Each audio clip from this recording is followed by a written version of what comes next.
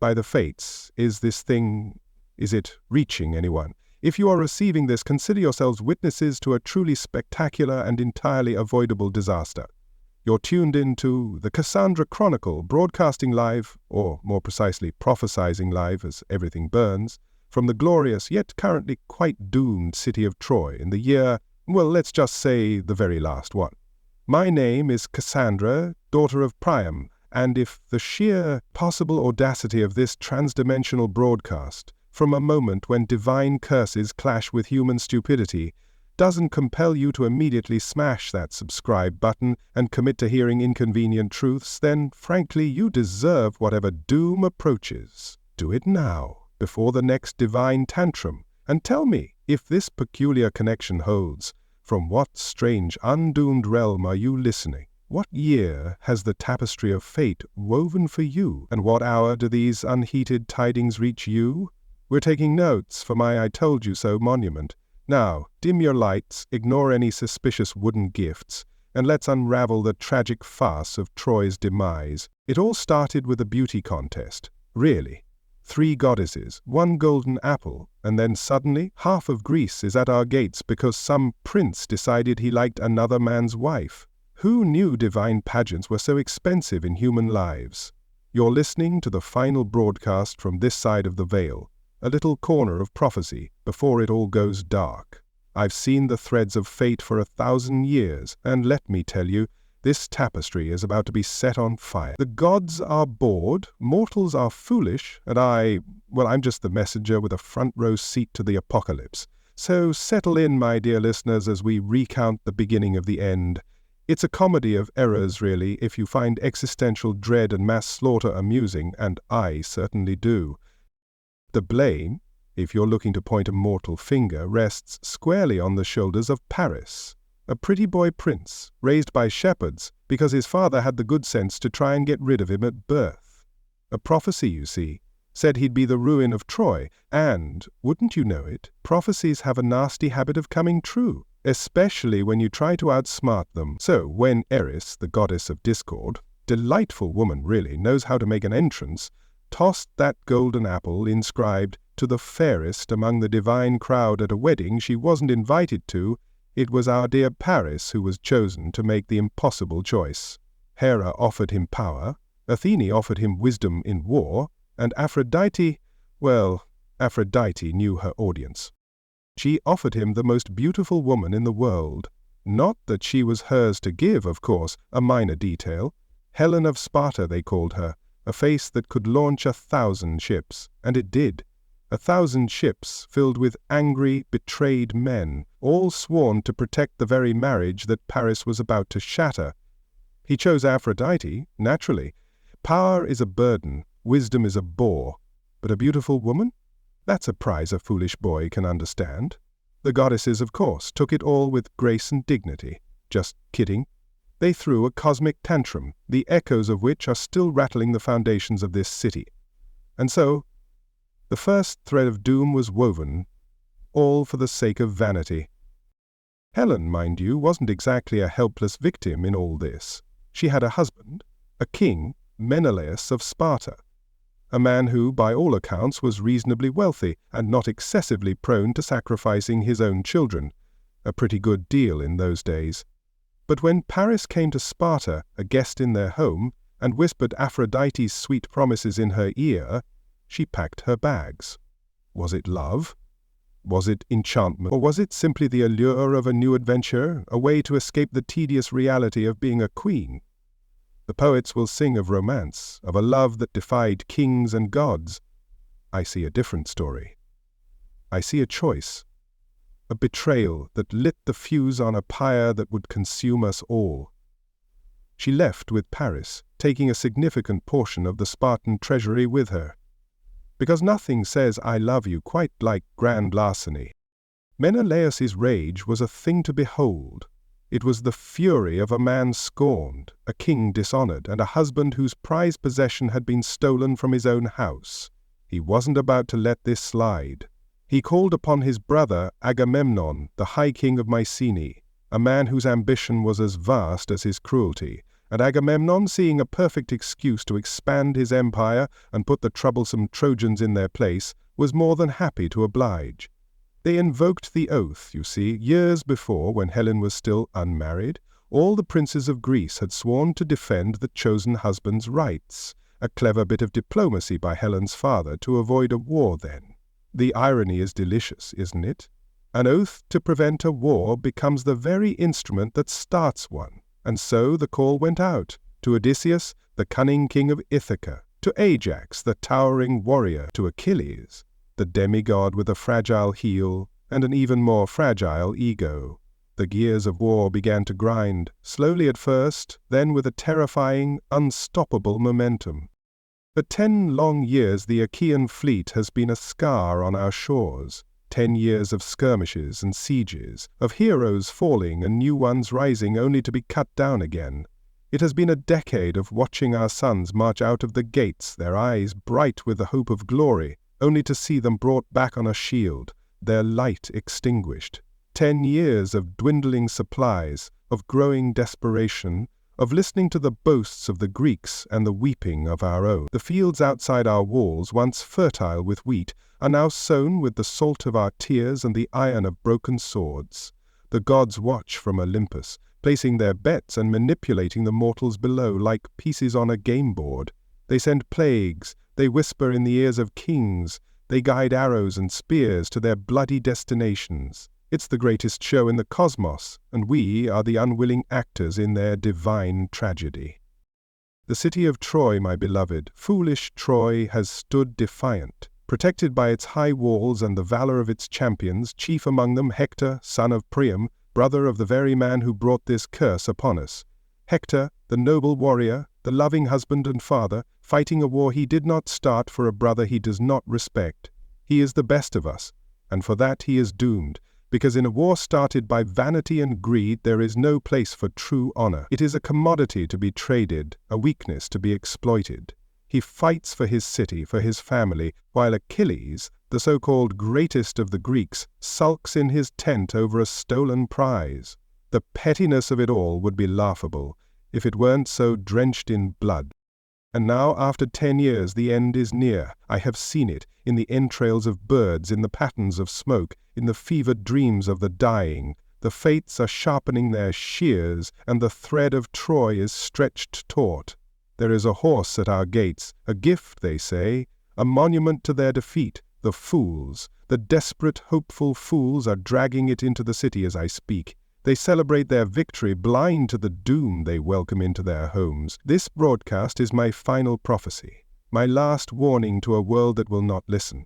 It is a testament to the folly of men and the cruelty of the gods. And if this divine drama, this chronicle of betrayal and ruin has captivated you, honor our broadcast. Preserve this final testament. Subscribe now, before the signal fades to silence, before the screams of the dying drown out my voice forever. Let the memory of Troy be a lesson, a warning whispered through the ages. Do it now, the darkness is coming. Ah, you're still listening? Remarkable. Most mortals tend to tune out the bearer of bad news, but then again, you're listening to a final broadcast, aren't you? Desperation does wonders for an audience. Last time I regaled you with the glorious start of this decade-long debacle, a divine beauty pageant gone horribly wrong. Today, let's delve into my personal favorite part, the bit where I told everyone exactly what was going to happen and they all helpfully ignored me. You see, I have a gift, or a curse, depending on your perspective, the gift of prophecy, the curse of never being believed. It's a divine joke, really, the kind the Olympians find endlessly amusing, and, wouldn't you know it, the punchline is always human suffering. It started long before the 1,000 ships darkened our horizon.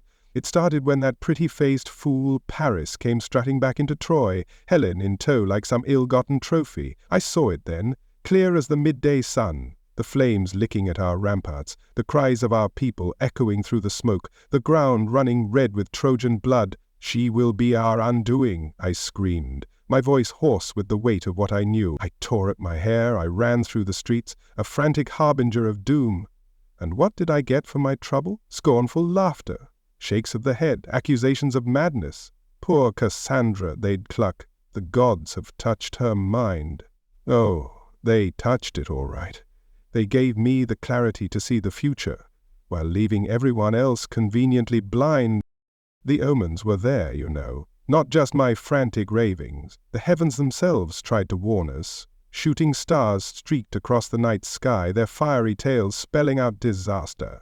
A two-headed calf was born within the city walls, a grotesque mockery of nature. Our sacred statues wept tears of blood. Did anyone heed these signs? Did anyone connect the dots?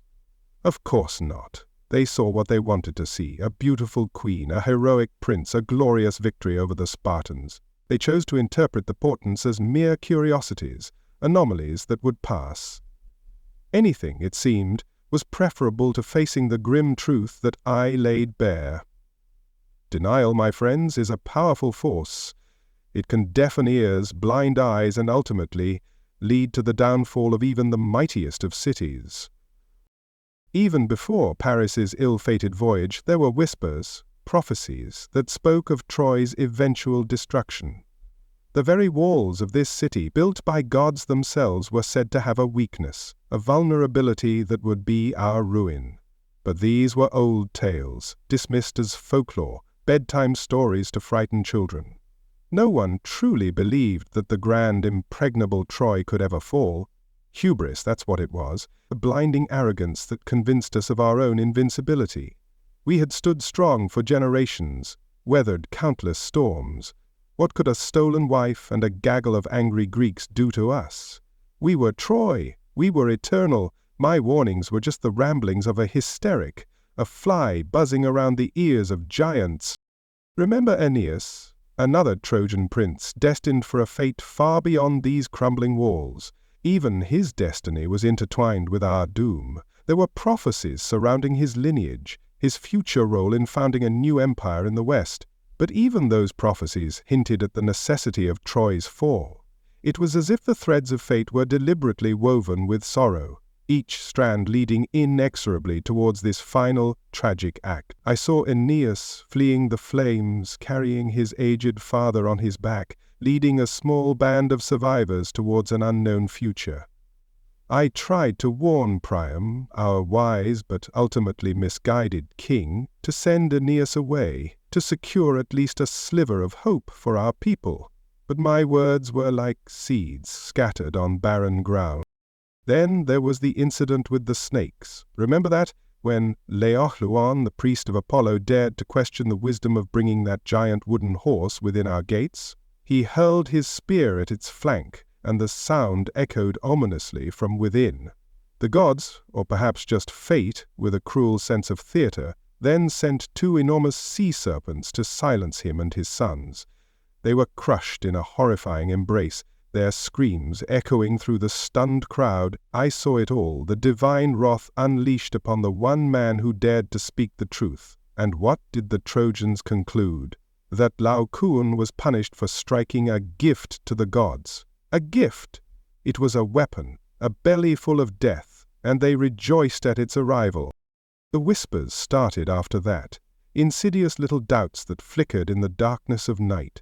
Some remembered my earlier pronouncements, the prophecies they had so readily dismissed, but fear is a fickle thing. It can paralyze as easily as it can motivate, and so they clung to hope, to the belief that the Greeks had finally given up, that the decade-long siege was finally over. The sight of the empty beach, the silent ships sailing over the horizon, it was a siren song of false hope, lulling them into a sense of security that would prove fatal. I watched it all unfold, a silent observer to my own powerlessness. My words, my visions, were meaningless against the tide of their desperate optimism. There were other seers, other prophets within Troy. But their voices were either ignored or conveniently misinterpreted. They spoke of storms and setbacks for the Greek fleet, of internal squabbles among their leaders. These were the prophecies the Trojans wanted to hear, the ones that painted a picture of eventual victory. My pronouncements of utter destruction, of fire and slaughter, were simply too bleak, too terrifying to accept. It's a fundamental flaw of human nature, isn't it? To cling to the illusion of safety even when the abyss yawns at your feet. They preferred the comforting lie to the harsh reality I offered. Even dreams offered warnings. Many within the city reported unsettling visions, the walls crumbling, the sacred flame extinguished, the river Scamander running red. But these dreams were dismissed as the product of fear and exhaustion, the anxieties of a city under siege. They sought out soothsayers who offered more palatable interpretations, dreams of Greek defeat and Trojan triumph. The human mind is a remarkable instrument of self-deception, capable of twisting even the most dire warnings into comforting reassurances. And so, the sleepwalkers continued their march towards the precipice, their eyes wide shut. I remember the day Paris first returned to Troy after abducting Helen. The air crackled with a strange energy, a sense of foreboding that only I seemed to perceive. I saw the Erinyes, the ancient spirits of vengeance, hovering over their ship, their shadowy wings casting a pall over the joyous celebrations. I tried to warn Priam again, to send Helen back to Menelaus, to appease the wronged king, and avert the coming storm. But he was besotted with Helen's beauty, blinded by Paris's charm. He saw only a diplomatic victory, a beautiful prize brought home to his kingdom. He could not, or would not, see the viper he held to his breast. The sacrifices were made, the gods were implored, but the offerings were tainted, the prayers hollow. The divine realm was already set in motion, the wheels of fate turning inexorably towards Troy's demise. The smoke from the burnt offerings rose in strange, unsettling patterns, forming shapes that spoke of destruction and despair. The priests, eager to please the king and the populace, offered interpretations that were vague and hopeful. They spoke of trials to be overcome, of ultimate victory after hardship. My own interpretations, stark and unambiguous, were met with accusations of sacrilege, of defiling the sacred rituals with my pessimistic pronouncements. Even the animals seemed to sense the impending doom. Stray dogs howled incessantly in the night. Birds flew in erratic patterns, their cries filled with an unusual urgency. The horses in the royal stables grew restless, their hooves drumming a frantic rhythm against the stone. These were subtle signs, whispers of the coming catastrophe that most overlooked in their preoccupation with the immediate concerns of war. But I saw them, and each one was another nail in Troy's coffin.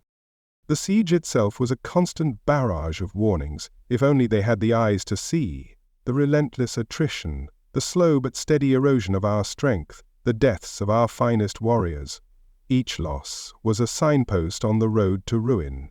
But the Trojans are a proud people, resilient and stubborn. They endured the hardships, they mourned their dead, but their belief in their ultimate survival remained unshaken. They saw each Greek defeat, each temporary setback for the Achaeans, as proof of their own strength and the inevitability of their victory.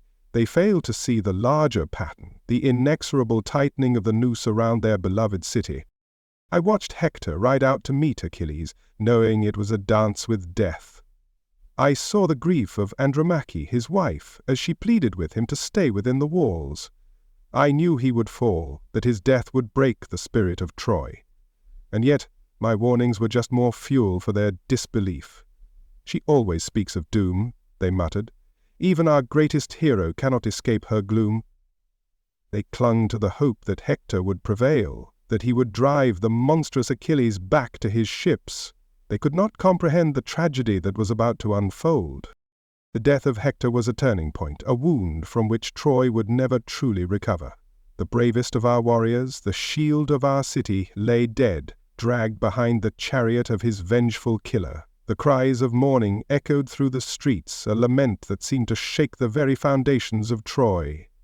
Even then, some clung to the belief that we could still hold out, that the gods would not allow such a noble city to fall. But I saw the darkness gathering, the shadows lengthening. Hector's death had opened a breach in our defenses, not just physical but spiritual. After Hector, there were other heroes, brave men who stepped forward to fill the void. But none could match his strength, his valor, his unwavering dedication to Troy. They fought with courage and desperation, but the tide had turned. The Greeks, fueled by their grief for Patroclus and their thirst for vengeance against Hector, pressed their attack with renewed ferocity. The siege continued, but the hope that had sustained us for so long began to dwindle, replaced by a gnawing fear. The whispers about Achilles' vulnerability, the story of his dipped, but not entirely dipped heel, were well known. I foresaw the arrow, guided by Apollo's hand, finding its mark. I warned Paris, that pretty archer, of the glory and the curse that awaited him. But he, still basking in the glow of Aphrodite's favor, paid me no heed. He saw only a chance to strike a blow against their greatest warrior, to avenge Hector's death. He did not understand the finality of what he was about to unleash. The death of Achilles, while a blow to the Achaeans, did little to change the inevitable outcome. The Greeks mourned their fallen hero, but their resolve to conquer Troy remained. New leaders emerged, new strategies were devised, the siege dragged on, each passing day bringing us closer to the abyss. Our walls, though strong, were slowly being battered down. Our supplies dwindled, disease began to spread within the city, weakening the defenders.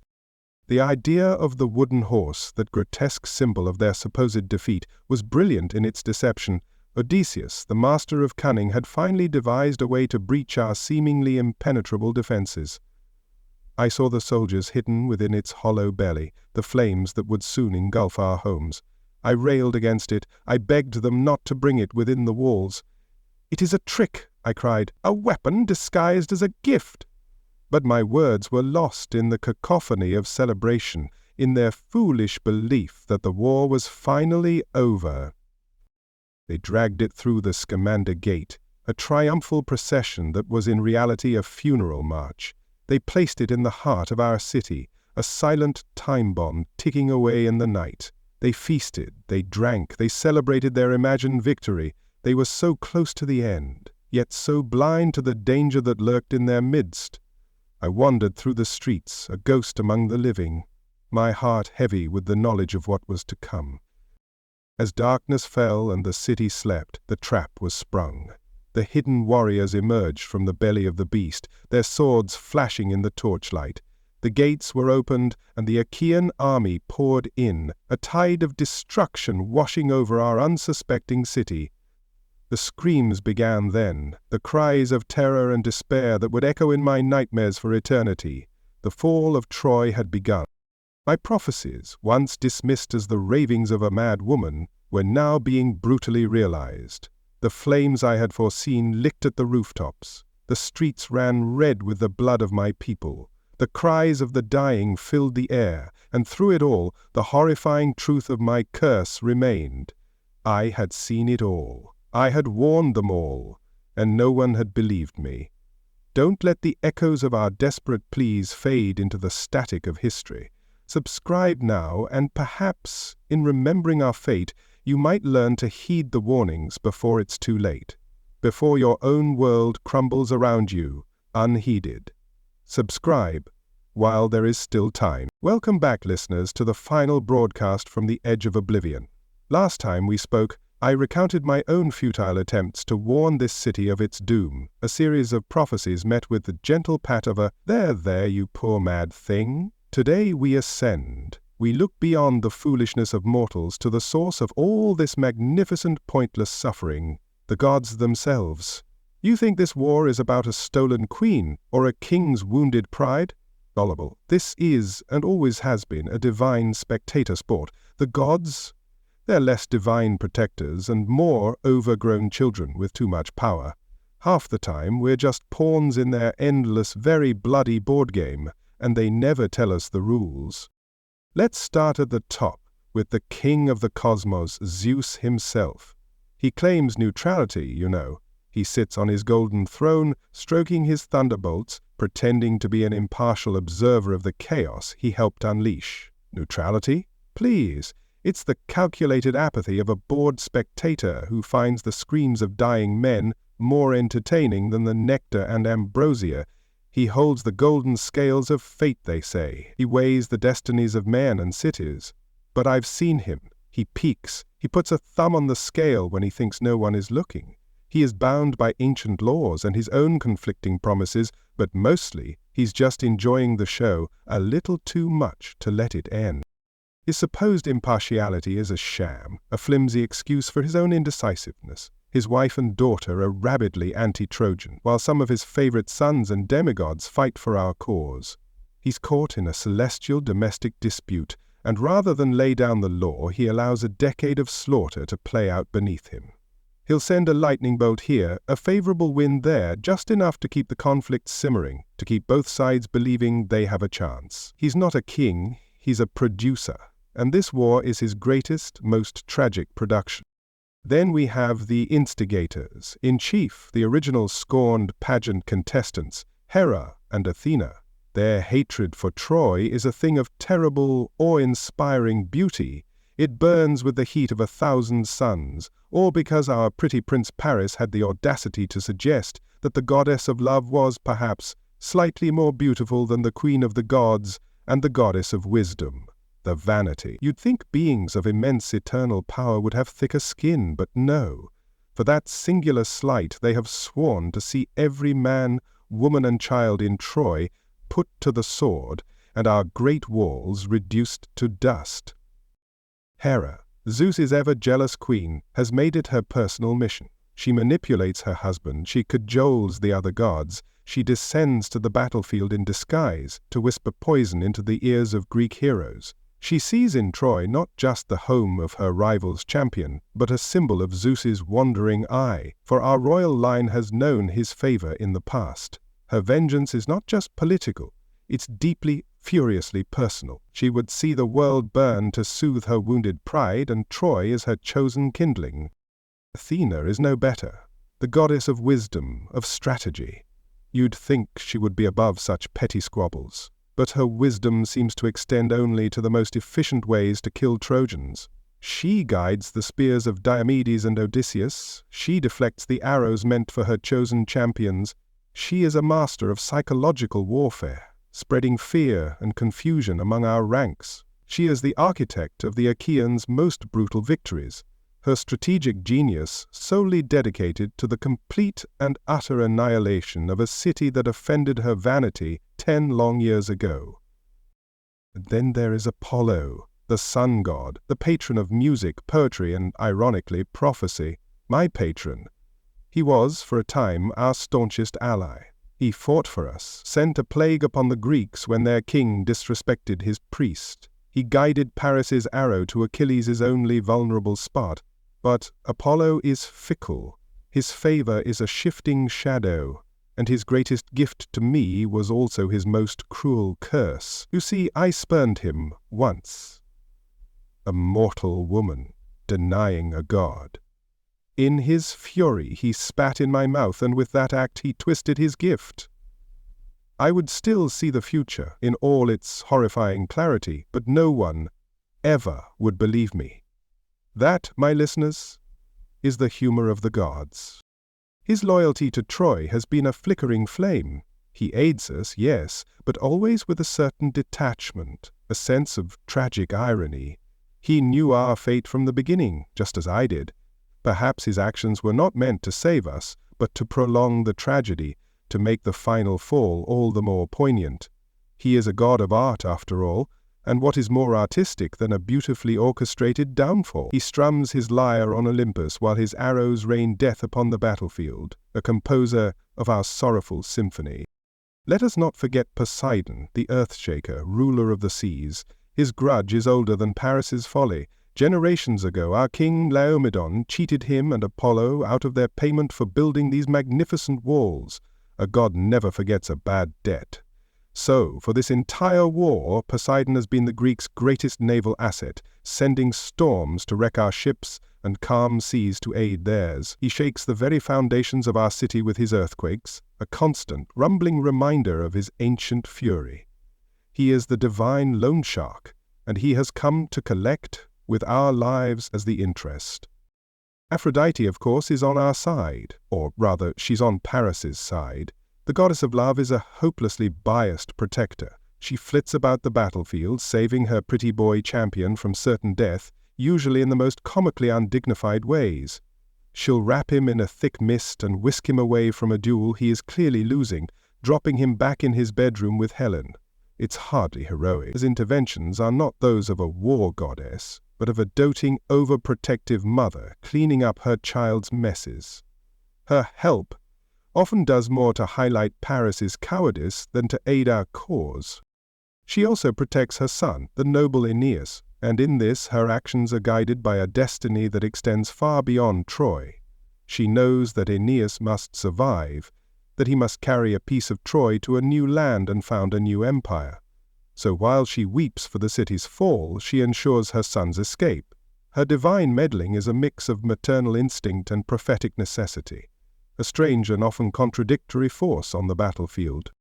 Ares, the god of war, is perhaps the most straightforward of the bunch. He loves war. He doesn't particularly care who wins as long as the blood flows freely. He is a force of pure, unadulterated chaos. He'll fight for the Trojans one day, for the Greeks the next, depending on who is offering the most spectacular display of carnage. He can be wounded, driven from the field screaming like a spoiled child, only to return with renewed, mindless fury. He is not a strategist. He is a butcher, and this war is his abattoir. Even the lesser gods have their favorites. Hermes, the messenger god, darts back and forth, carrying Zeus's decrees and his own bits of mischief. He aids Priam on his perilous journey to Achilles' tent to beg for Hector's body, a rare moment of divine compassion in this bloody affair. But he is also a trickster, his loyalties as fluid as the wind. The entire pantheon is embroiled in this conflict, their personal relationships and petty grievances playing out on the grand stage of our suffering. Their interference is constant and blatant. An arrow, perfectly aimed, will suddenly veer off course. A hero about to be slain will be enveloped in a divine mist and spirited away. A warrior will suddenly be filled with a godlike strength, turning the tide of a battle single-handedly. We are not fighting men. We are fighting puppets whose strings are being pulled by capricious, invisible hands. Every victory is fleeting, every defeat a lesson in divine spite. Think of the duel between Menelaus and Paris early in the war. Menelaus had him. He was dragging Paris by his helmet strap, about to end this whole mess right then and there. 10 years of war avoided, but no. Aphrodite snapped the strap and whisked her favorite away. The mortals had agreed to a truce, to let the duel decide the outcome. But the gods would not allow such a neat and tidy ending. The show was too good, the truce was broken, and the slaughter resumed, all for their divine amusement. Consider the plague Apollo sent into the Greek camp. It wasn't about justice for Troy, it was about Agamemnon's arrogance in stealing the daughter of one of Apollo's priests. The war effort ground to a halt, not because of Trojan valor, but because of a squabble between a mortal king and a petulant god. The Greeks died in droves, not from swords, but from divine pique.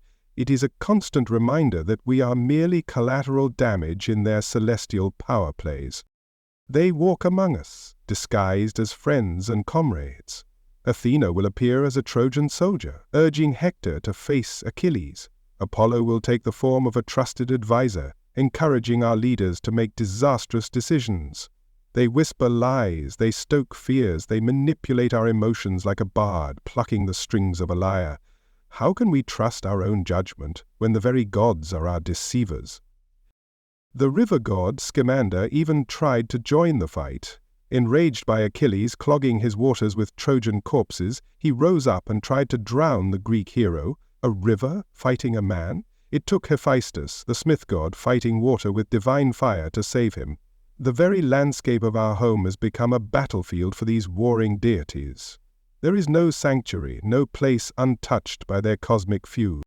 This entire decade has been a masterclass in divine gaslighting. We pray for aid and they answer by helping our enemies, just to keep things interesting. We make sacrifices and they accept them before guiding the spear that will kill our son. They are the authors of our misery, the architects of our doom, and they demand our worship for the privilege of being their playthings. And now, as I speak, their final, most terrible joke stands within our walls. The wooden horse, a creation of Athena's cunning, a vessel of our destruction. They have blinded our people to its true nature, filled their hearts with a false hope that has led them to this moment of utter ruin. The gods are not just watching the end, they have meticulously planned it, down to the last scream, the last dying breath. If you find this account of divine interference, this tale of celestial betrayal maddeningly compelling, then you are beginning to understand. You are beginning to see the true nature of this war. Don't let this insight be forgotten. Don't let our story become just another myth whispered in the dark. Subscribe to this final broadcast. Anchor its memory in the world of mortals. Do it now, before the gods change the channel and all that is left is static. You're back. I should be surprised, but after 10 years of this, nothing much surprises me anymore. We've discussed the farcical beginning, my own thankless role as the bearer of ignored truths, and the gods' cruel celestial chess game. But what about the pawns? What about the daily, soul-crushing reality for those of us trapped inside these supposedly glorious walls? You've heard of the heroes and their shining armor. Let me tell you about the grime, the hunger, and the sheer mind-numbing boredom of a decade-long siege. 10 years. 10 years of dust, fear, and counting our dead. At this point, we're just hoping for a different flavor of misery, perhaps one without so many Greeks. In the beginning, there was a certain festive defiance. The Achaeans were a temporary nuisance, an angry swarm of bees that would soon be smoked out and sent buzzing back across the sea.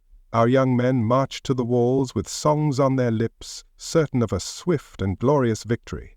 The women waved from the ramparts, weaving tales of heroism for their children. We were Troy, the eternal city, the jewel of the world. What could this rabble of bickering kings possibly do to us? That optimism lasted about a year. Then came the grind. The seasons turned, marked not by harvests and festivals, but by the intensity of the fighting. The summer dust choked us, the winter mud bogged down our chariots. The initial confidence curdled into a stubborn, grim-faced resilience. The songs died on our lips, replaced by the low, constant hum of anxiety. The war was no longer an adventure. It was the sky above our heads, the ground beneath our feet. It was the air we breathed, thick with the stench of smoke, sweat, and fear. Food became a topic of obsessive conversation. In the first few years, our granaries were full, a testament to our wealth and foresight. But 10 years is a long time to feed a city that cannot farm its fields. The portions grew smaller, the bread coarser, the wine watered down to a pale memory of its former self. We learned to eat things we once would have fed to the dogs. Every meal was a reminder of our slow starvation, a quiet battle being fought at every hearth, every table. The hunger gnawed at our bellies almost as much as the fear gnawed at our souls. Water, too, became a precious commodity. The river Scamander, our lifeblood, was a battlefield, often choked with the bodies of the fallen. Our wells were guarded day and night, not just from the enemy, but from our own desperate neighbors. We learned to measure our lives in sips, to recycle every drop. A clean garment became a luxury, a full bath a forgotten dream. We were a city of ghosts, dusty and gaunt, haunted by the memory of abundance. Fear became the new normal, not the sharp, bracing fear of a single battle, but a low-grade, constant dread that seeped into the very stones of the city. Every shout in the street could be an alarm. Every distant trumpet blast could signal a new assault.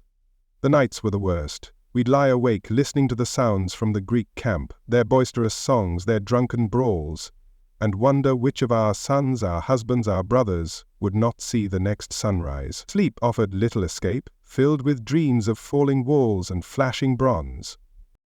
The children of the siege are a different breed. There are 10-year-olds in this city who have never known a day of peace. The clang of a blacksmith's hammer is as familiar to them as a lullaby.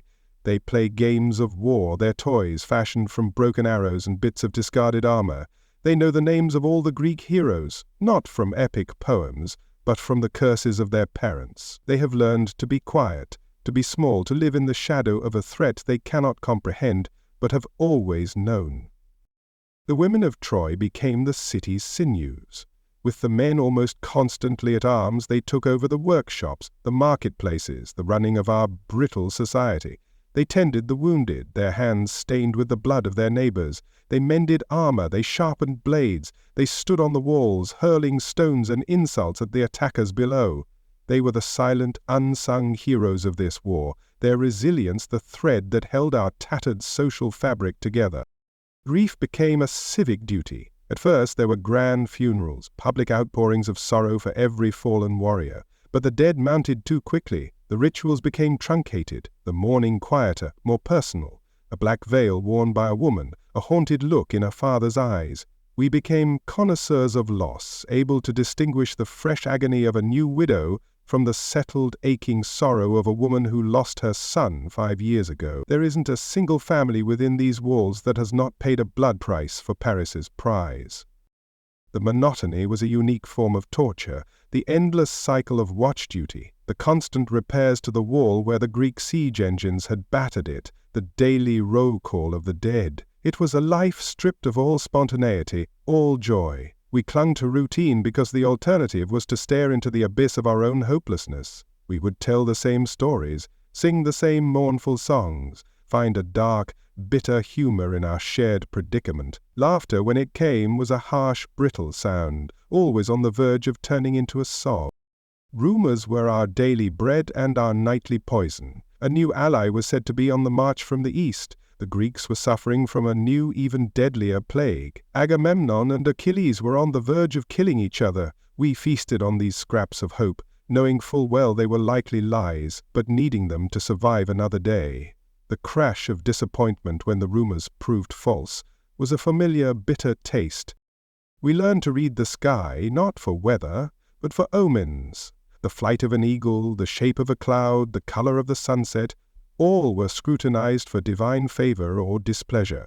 We saw signs of victory in a gust of wind that blew dust in the Greeks' faces, and signs of doom in a flock of crows settling on the battlements.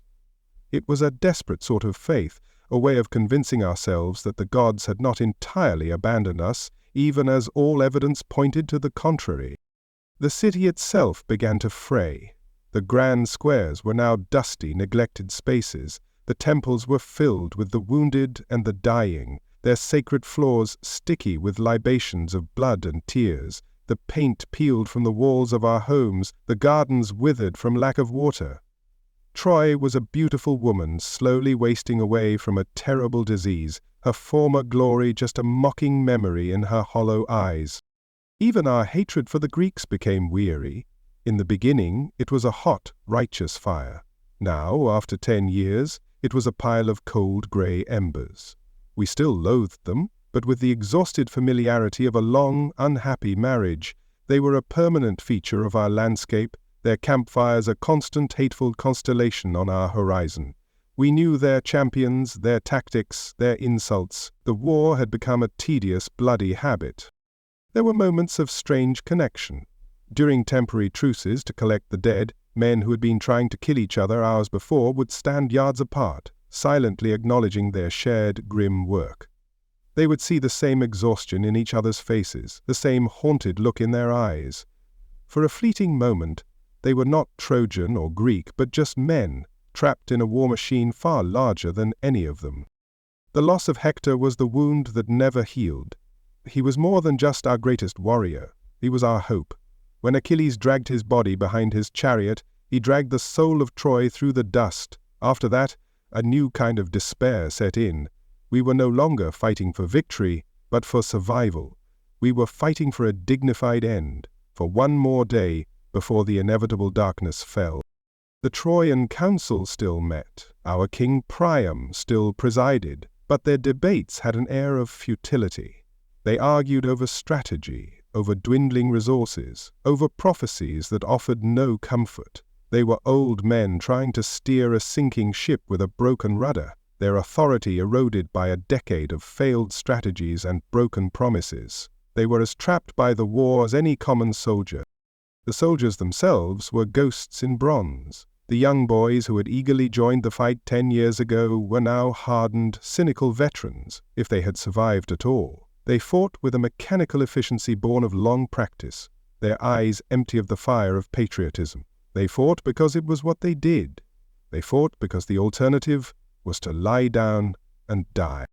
The sheer waste of it all was the most crushing weight, a decade of human potential, of love, of art, of life, all sacrificed on the altar of a single man's folly and a single woman's beauty. An entire generation of Trojans knew nothing but war. An entire generation of Greeks had died on foreign soil, far from their homes and families. For what? A golden apple and an empty bed. We started to lose track of time. Was it the 8th year or the 9th? Which festival had we missed? What was life like before the ships came? The past became a half-remembered dream, the future an unimaginable concept. There was only the present, the wall, the enemy, the hunger, the fear. We were a city adrift in a sea of time, with no shore in sight.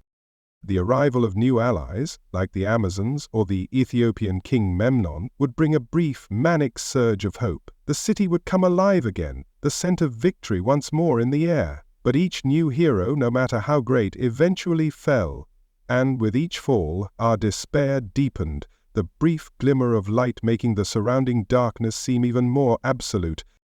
Now, as I speak these final words, a new and terrible silence has fallen over the Greek camp. Their ships are gone. A strange offering, a giant wooden horse, stands before our gates, and the city, starved for a victory, for any sign that this decade of suffering is finally over, is clamoring to bring it inside. They are celebrating. After 10 years of misery, they are finally celebrating. They cannot see the final cruel punchline. They cannot see the horror they are about to invite into their homes. Our 10-year endurance test is at its end. The story of our resilience, our foolish, stubborn hope in the face of annihilation, deserves to be remembered. Do not let it be for nothing. Support this broadcast. Hit that subscribe button before the next wave of arrows, the one that comes from within, silences us forever. Let the world know we were here, we endured, and we were fools. Subscribe now, before the celebrating stops and the screaming begins. Still with me? You have a stronger stomach than most. We've sifted through the ashes of prophecy, divine meddling and the slow, grinding misery of life within these walls.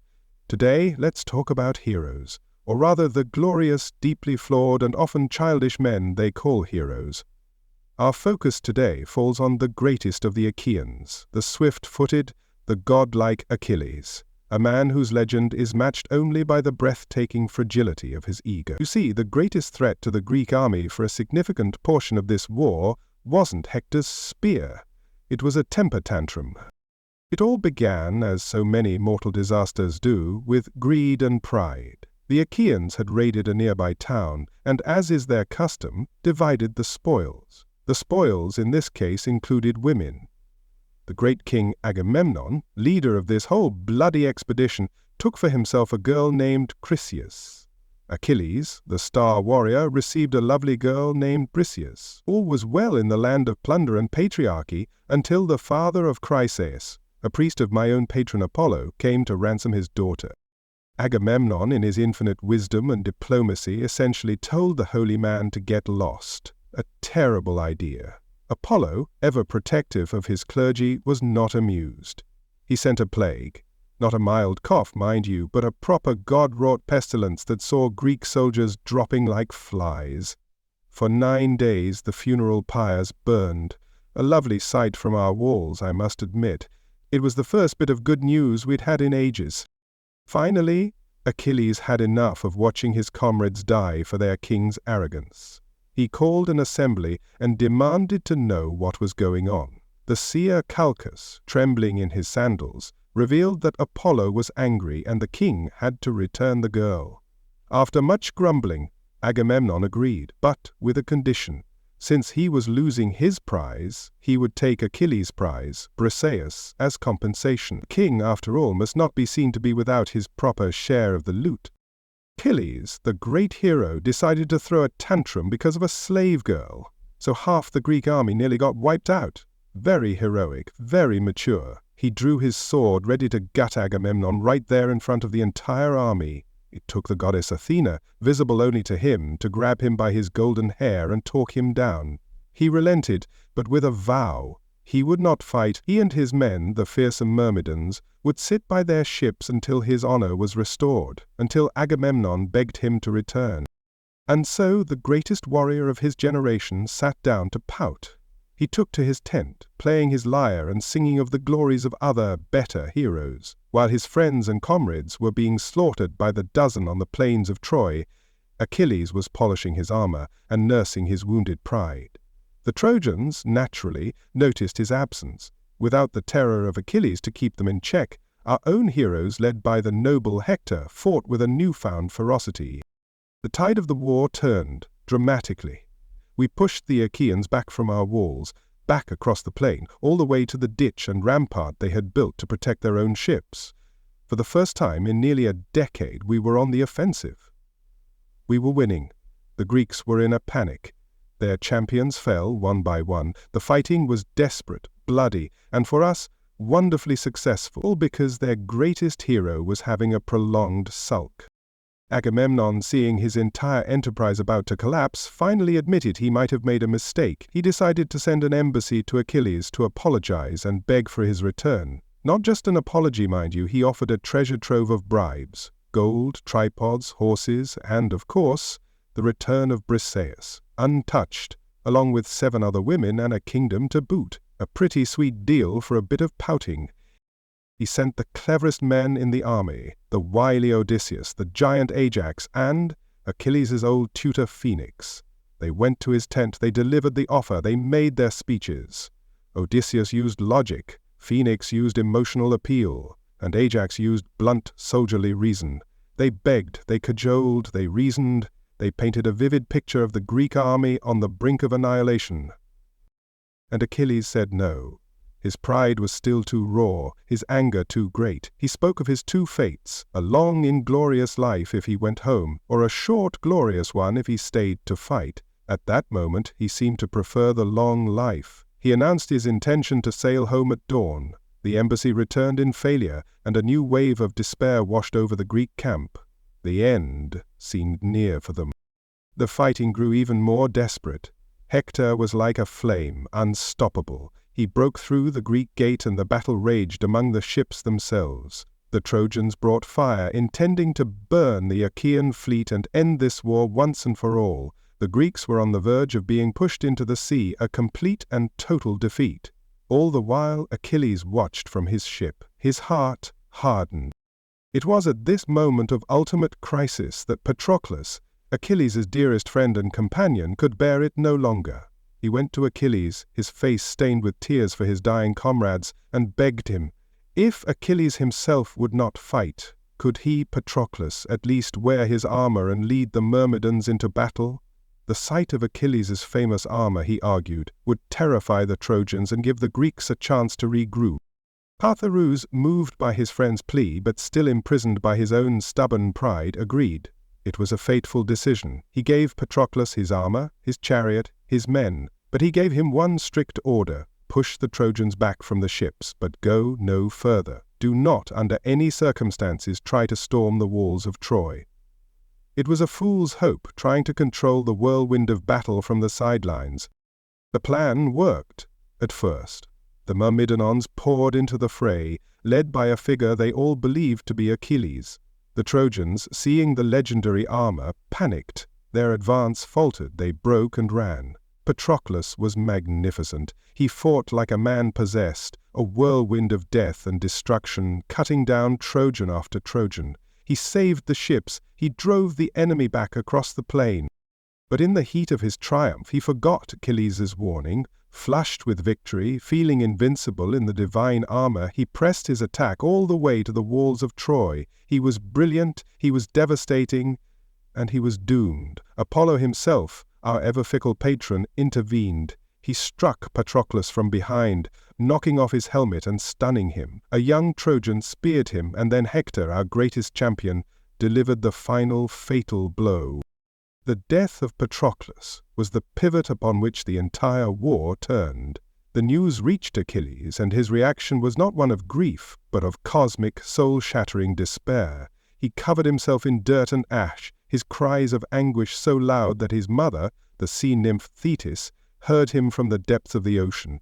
The pride, the anger at Agamemnon, all of it was burned away, replaced by a grief so profound it became a new kind of rage.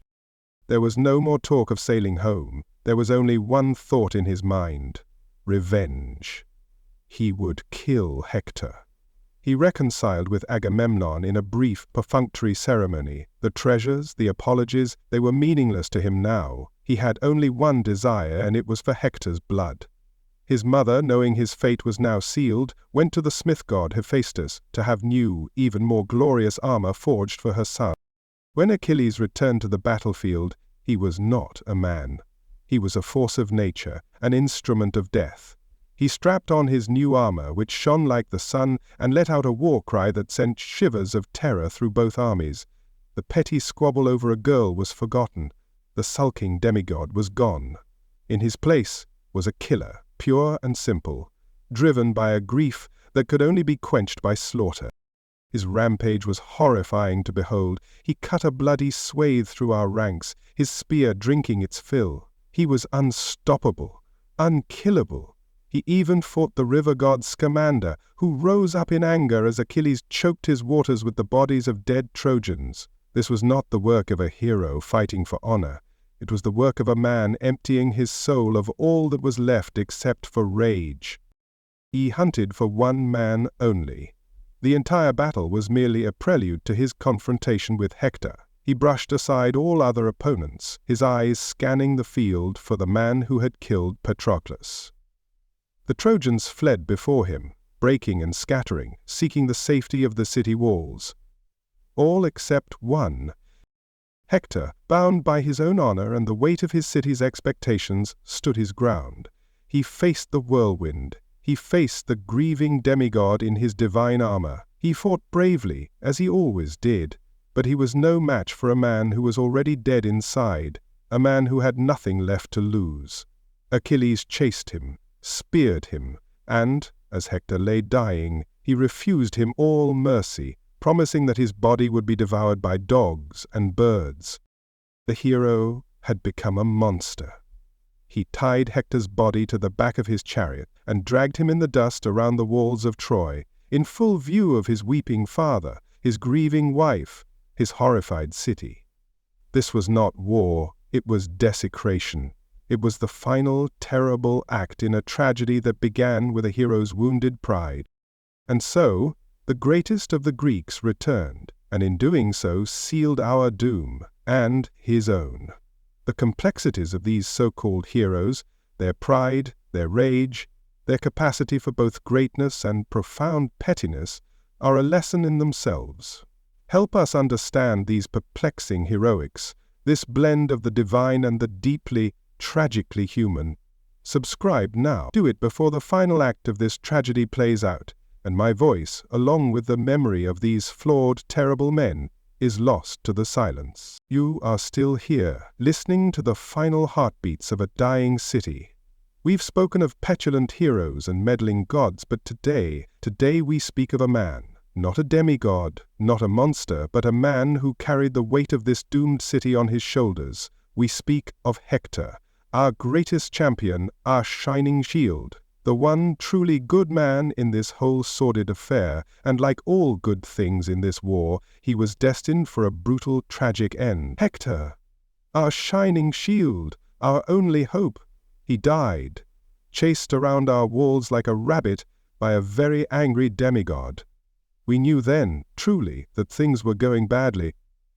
Hector was not like the others. He did not fight for glory alone, though he had it in abundance. He did not fight for a stolen prize or a petty insult. He fought for these walls, for the people within them. He fought for his wife, Andromache, and his infant son, Astyanax, a future he could see but would never be allowed to reach. He was the anchor in our storm, the steady hand on the tiller of a ship sailing straight into a maelstrom. And he did it all while knowing, I suspect, that the war was his feckless brother's fault.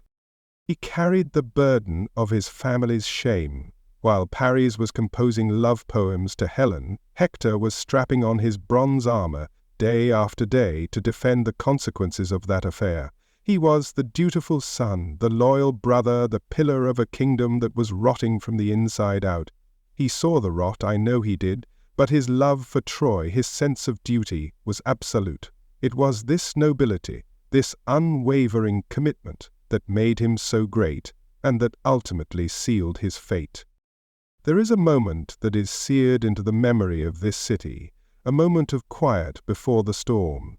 Hector, about to go into battle, meets his wife Andromache and their son at the Scaean gate. She begs him not to go, to stay with them, to not make her a widow and their son an orphan. She had already lost her family to the great Achilles.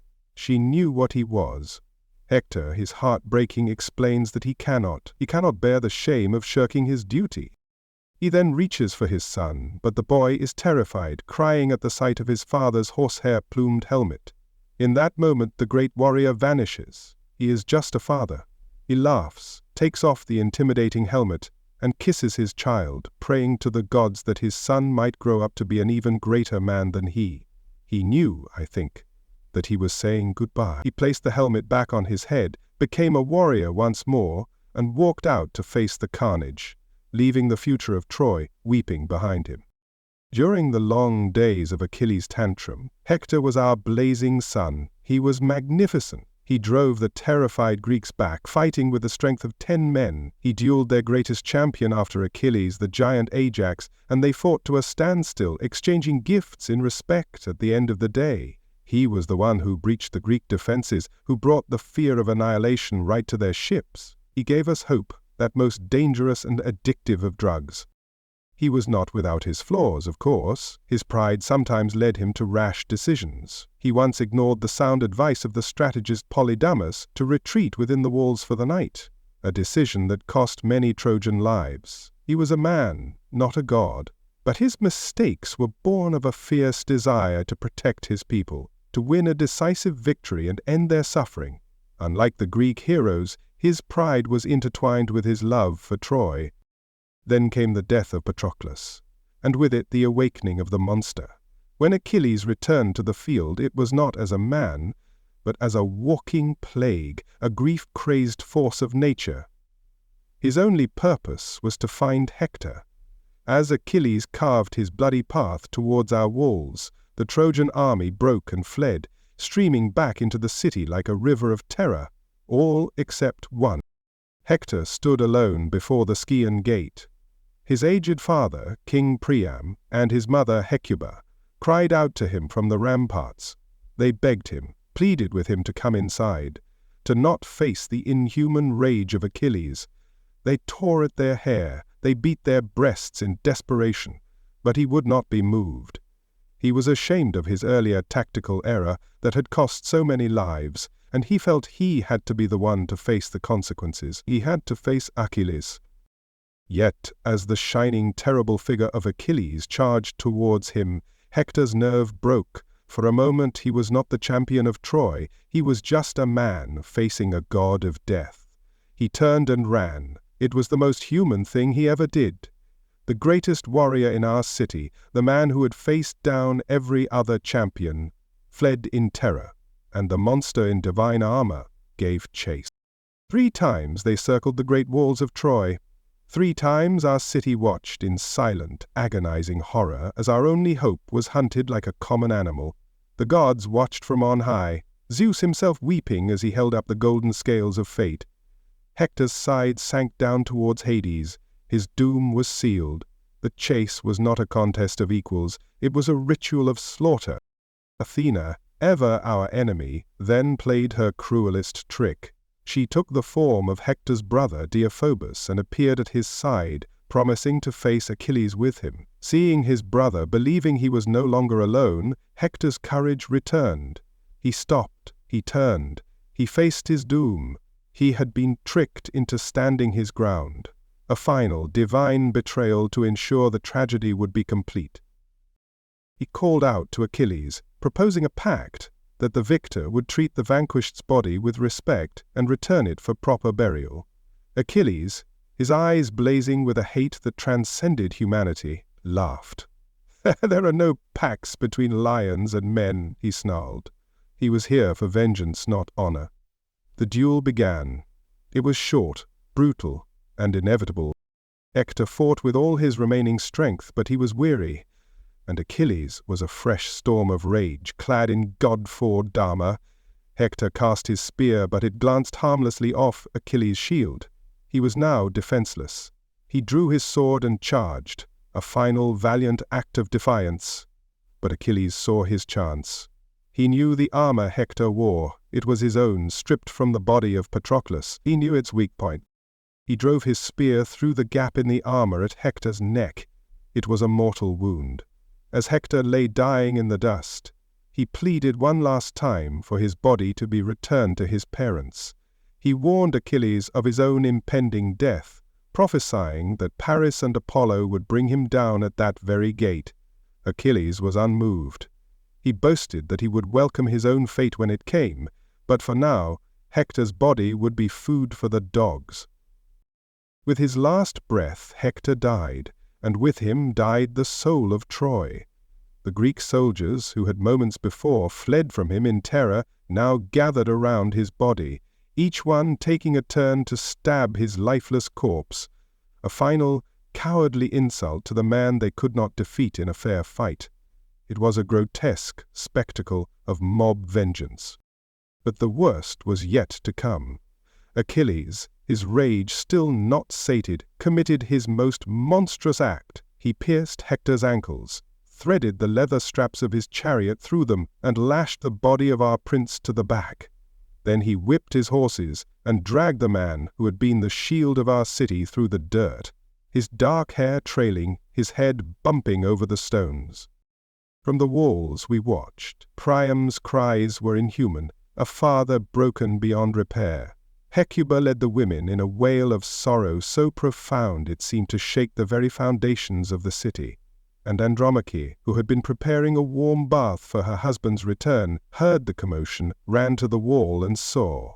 She saw the body of her husband, the father of her child, being defiled. She fainted, falling into the arms of her handmaidens, her world, and ours, completely shattered. For 12 days the desecration continued. Each dawn, Achilles would drag Hector's body around the tomb of Patroclus. But the gods, finally moved to pity, or perhaps just disgusted by the display, protected the corpse. Apollo shielded it from the sun, and it remained unblemished, a silent testament to Achilles' impotent rage.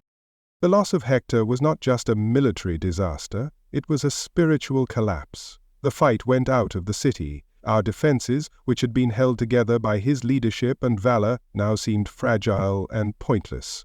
We were a body without a head, a ship without a captain, adrift and waiting for the final wave to crash over us. His death was the prophecy I had screamed about for a decade, made real in the most brutal way imaginable. In an act of incredible courage and desperation, King Priam, guided by the god Hermes, undertook a perilous night journey. He went unarmed into the heart of the enemy camp, into the very tent of the man who had slaughtered his son.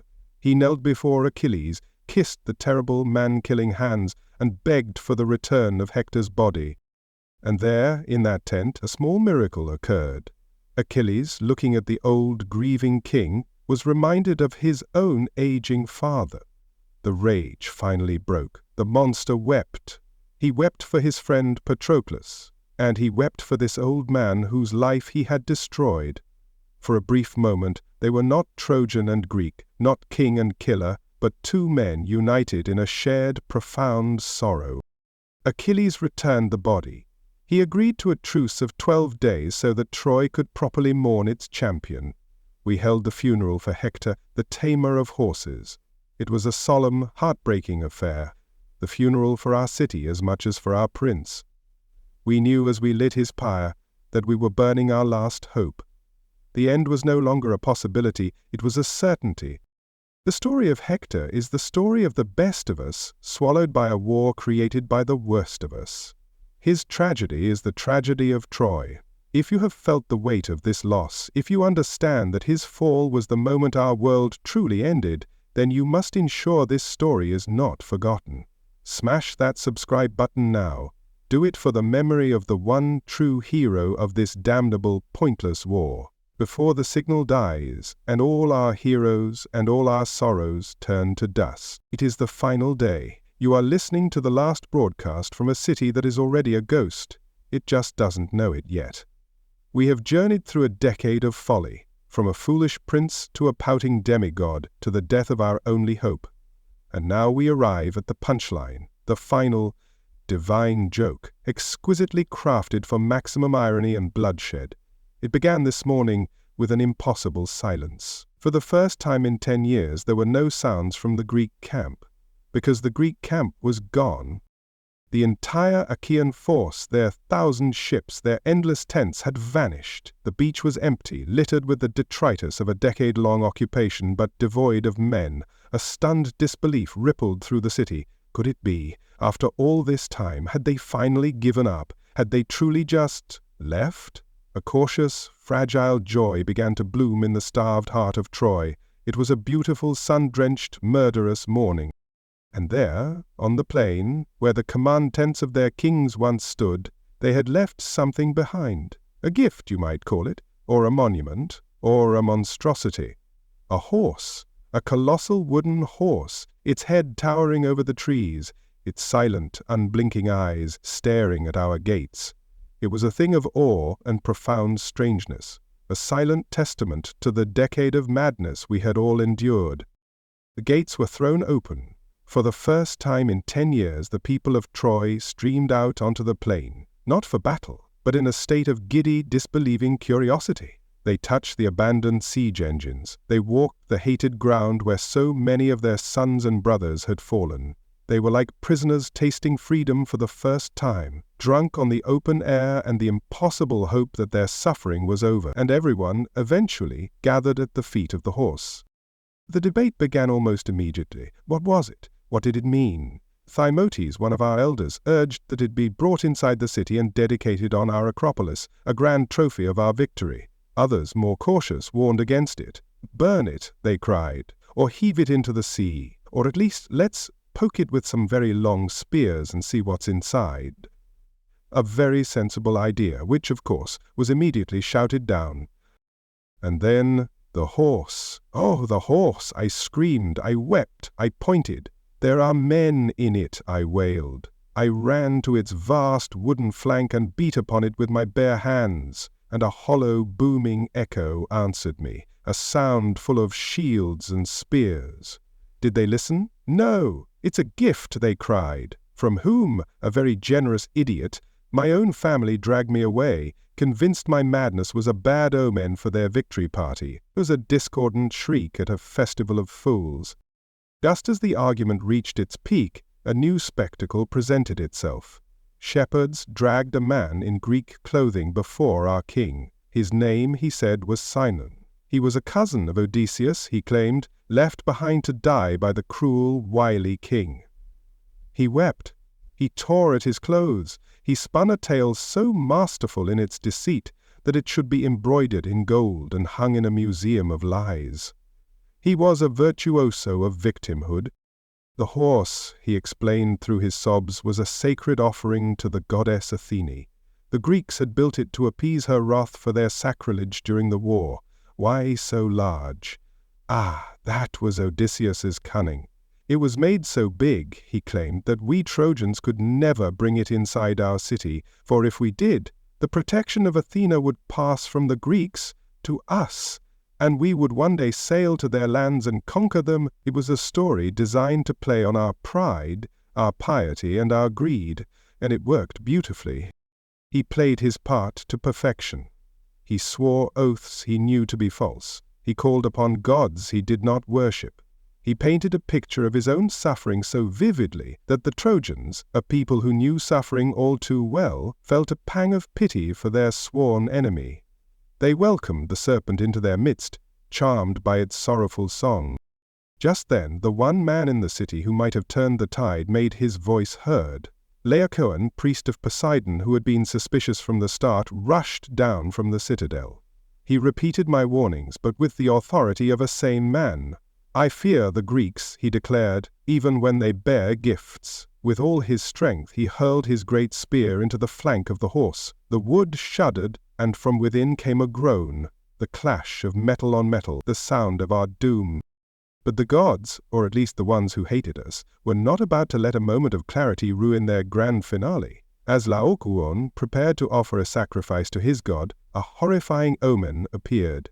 2 enormous sea serpents, their eyes burning like coals, slithered from the waves. They made straight for Laocoon and his 2 young sons. The crowd watched, frozen in terror, as the serpents coiled around the boys, crushing their small bodies. Laocoon, hearing the screams of his children, rushed to their aid. The The serpents then enveloped him, their massive coils tightening around him, their fangs sinking into his flesh. He cried out in agony, a sound no one who heard it will ever forget. It was the death rattle of reason. The priest and his sons were dragged, dead and dying, back into the sea. How did our brilliant citizens interpret this unambiguous, horrifying event? Did they think, perhaps the sea god is angry that we are considering accepting a gift for the goddess who sided with the Greeks? No, that would make too much sense.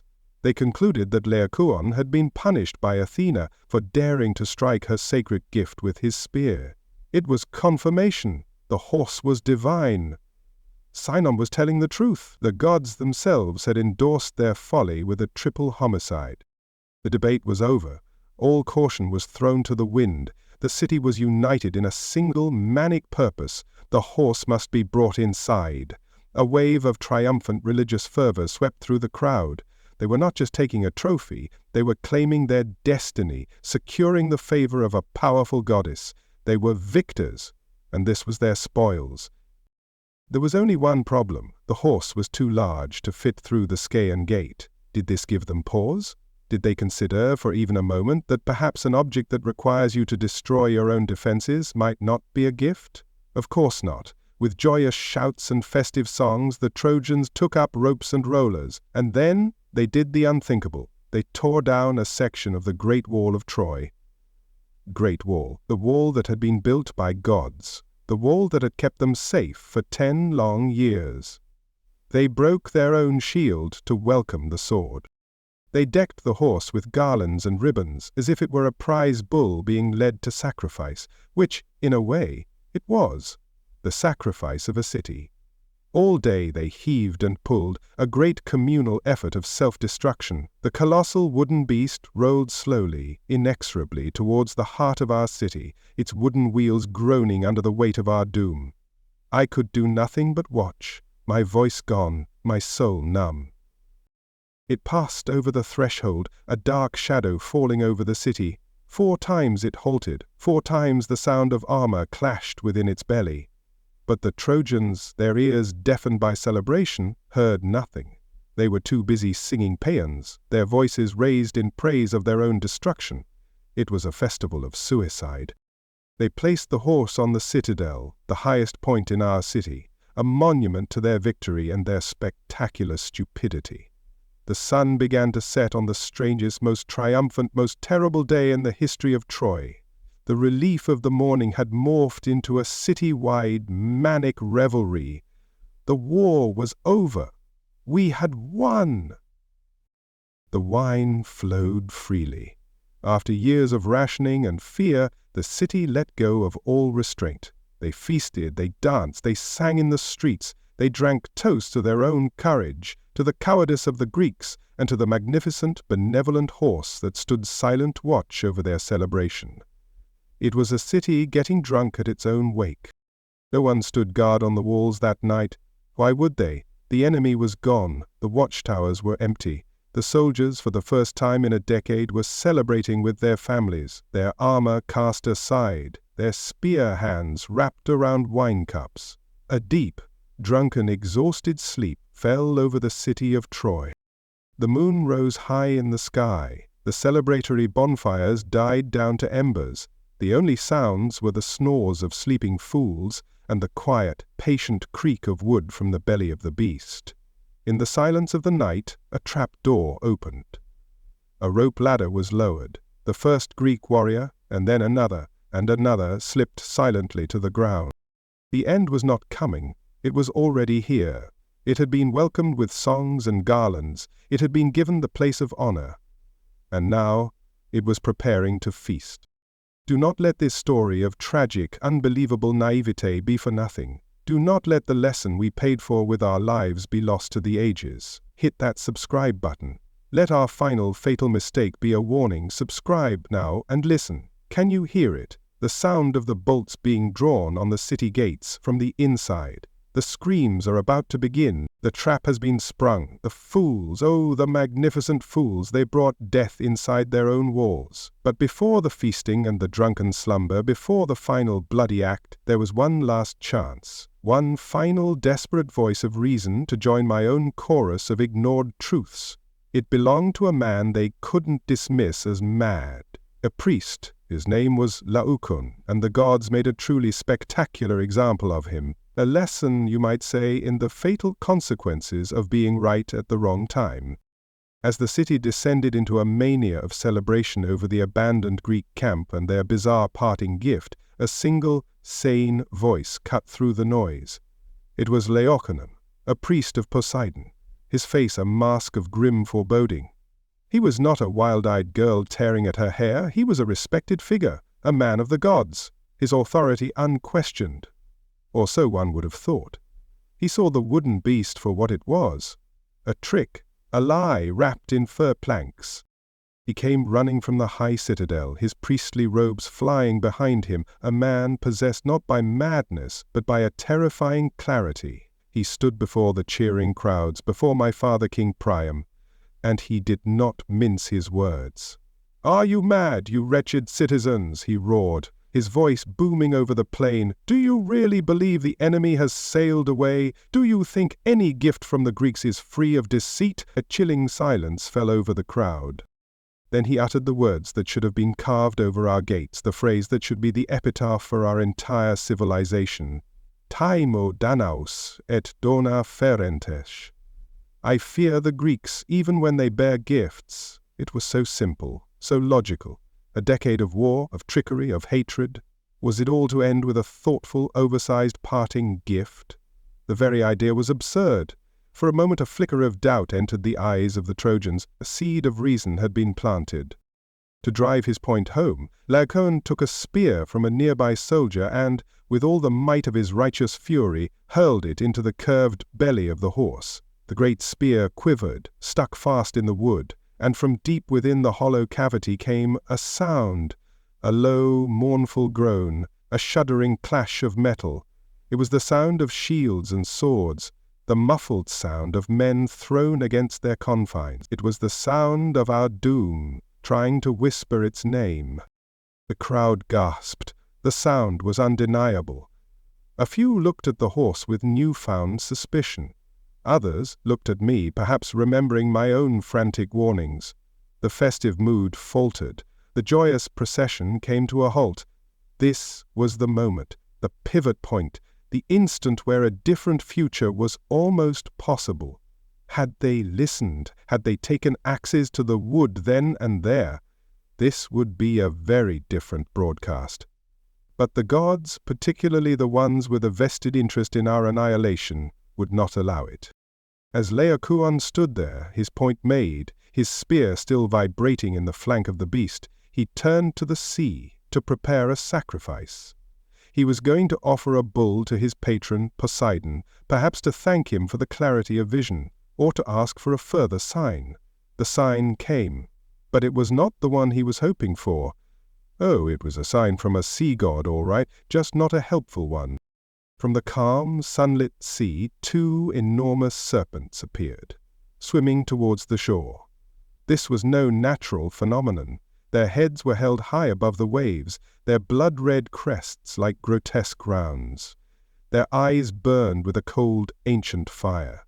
They moved with an unnatural speed and purpose, leaving a great, churning wake behind them.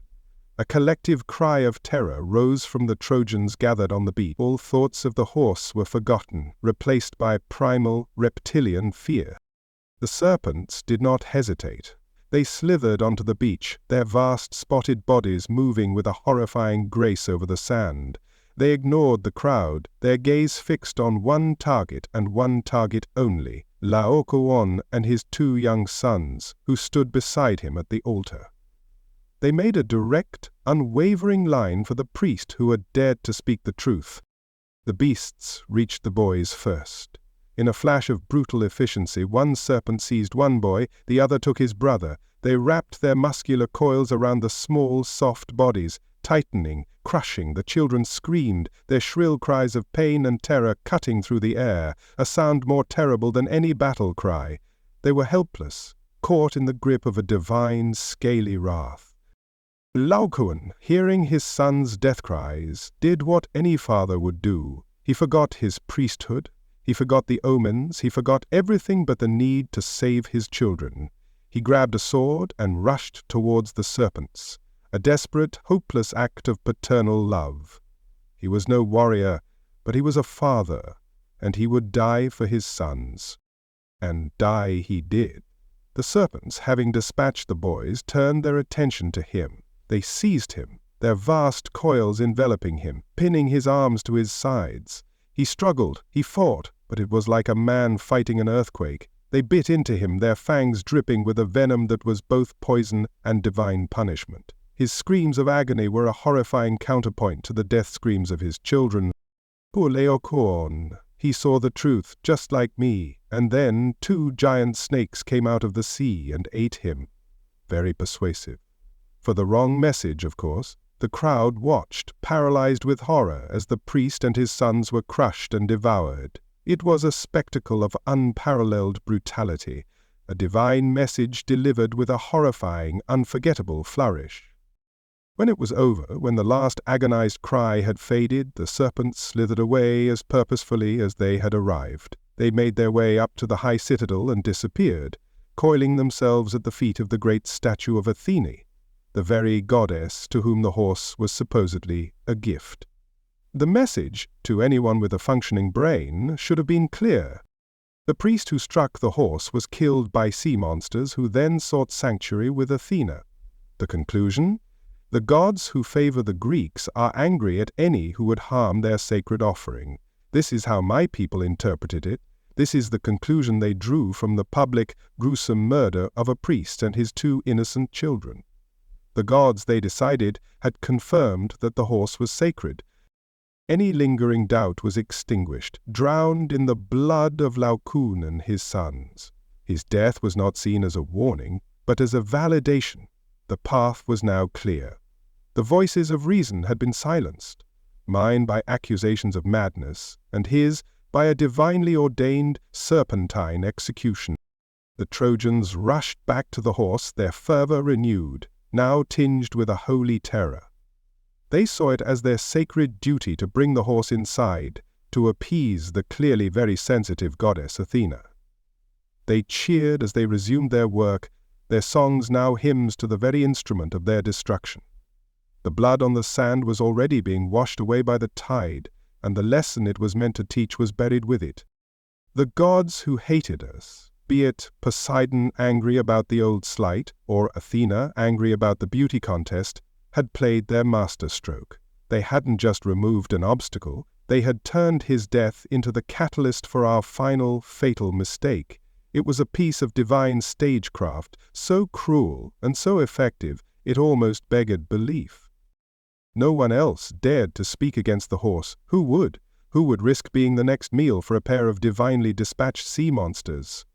The silencing of Laocoon was absolute. His horrifying public execution served its purpose perfectly. It terrified the population into a state of pious, unquestioning obedience.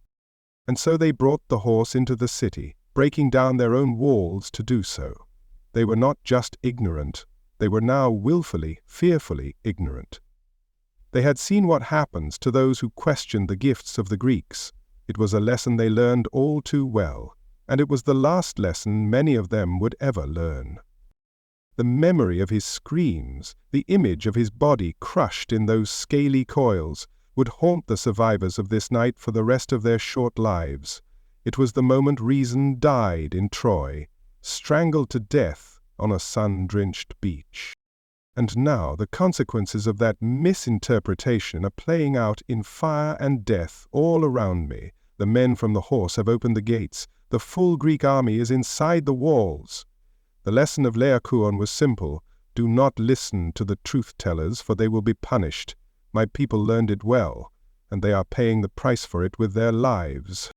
If you are still listening, if you have not been silenced by the serpents of falsehood and fear, then you understand the horror of a warning that is not only ignored but twisted into its opposite. Do not let reason be devoured. Subscribe to this channel. Keep this broadcast alive, a testament to the truth that was silenced by monsters. Do it now, before the static, like the sea, swallows us all. The city is burning. It began with a party. Can you appreciate the artistry in that? The exquisite, cruel poetry of it all. After the silencing of Laocoon, after reason was publicly executed on the beach for all to see, a consensus was reached, a city united in its madness. The horse, they decided, was their salvation, and so, with joyous hearts and empty heads, they set about the task of orchestrating their own demise. Before they could welcome their doom, they first had to break their shield. The horse, in its colossal arrogance, was too wide for our gates. Did this simple logistical fact give anyone pause? No. It was seen as yet another sign of its divine importance. With cheers and songs, the Trojans took up crowbars and hammers and tore a breach in the unbreakable walls of Troy, the very walls that Apollo and Poseidon were said to have built, the walls that had held the entire Achaean army at bay for 10 long years. They were breached not by a Greek ram, but by a Trojan celebration. The procession was a sight to behold, a parade of self-destruction. Ropes thick as a man's thigh were looped around the neck and legs of the great wooden beast. Thousands of Trojans, their faces flushed with triumph, heaved and pulled. They laid rollers beneath its vast, flat base, and the thing began to move, its journey punctuated by the grinding of wood on wood, a sound like the slow crushing of bone. And the people cheered, they sang, they threw flowers in its path. Children, their hands sticky with sweets, danced around the feet of the monster that would, in a few short hours, make them orphans.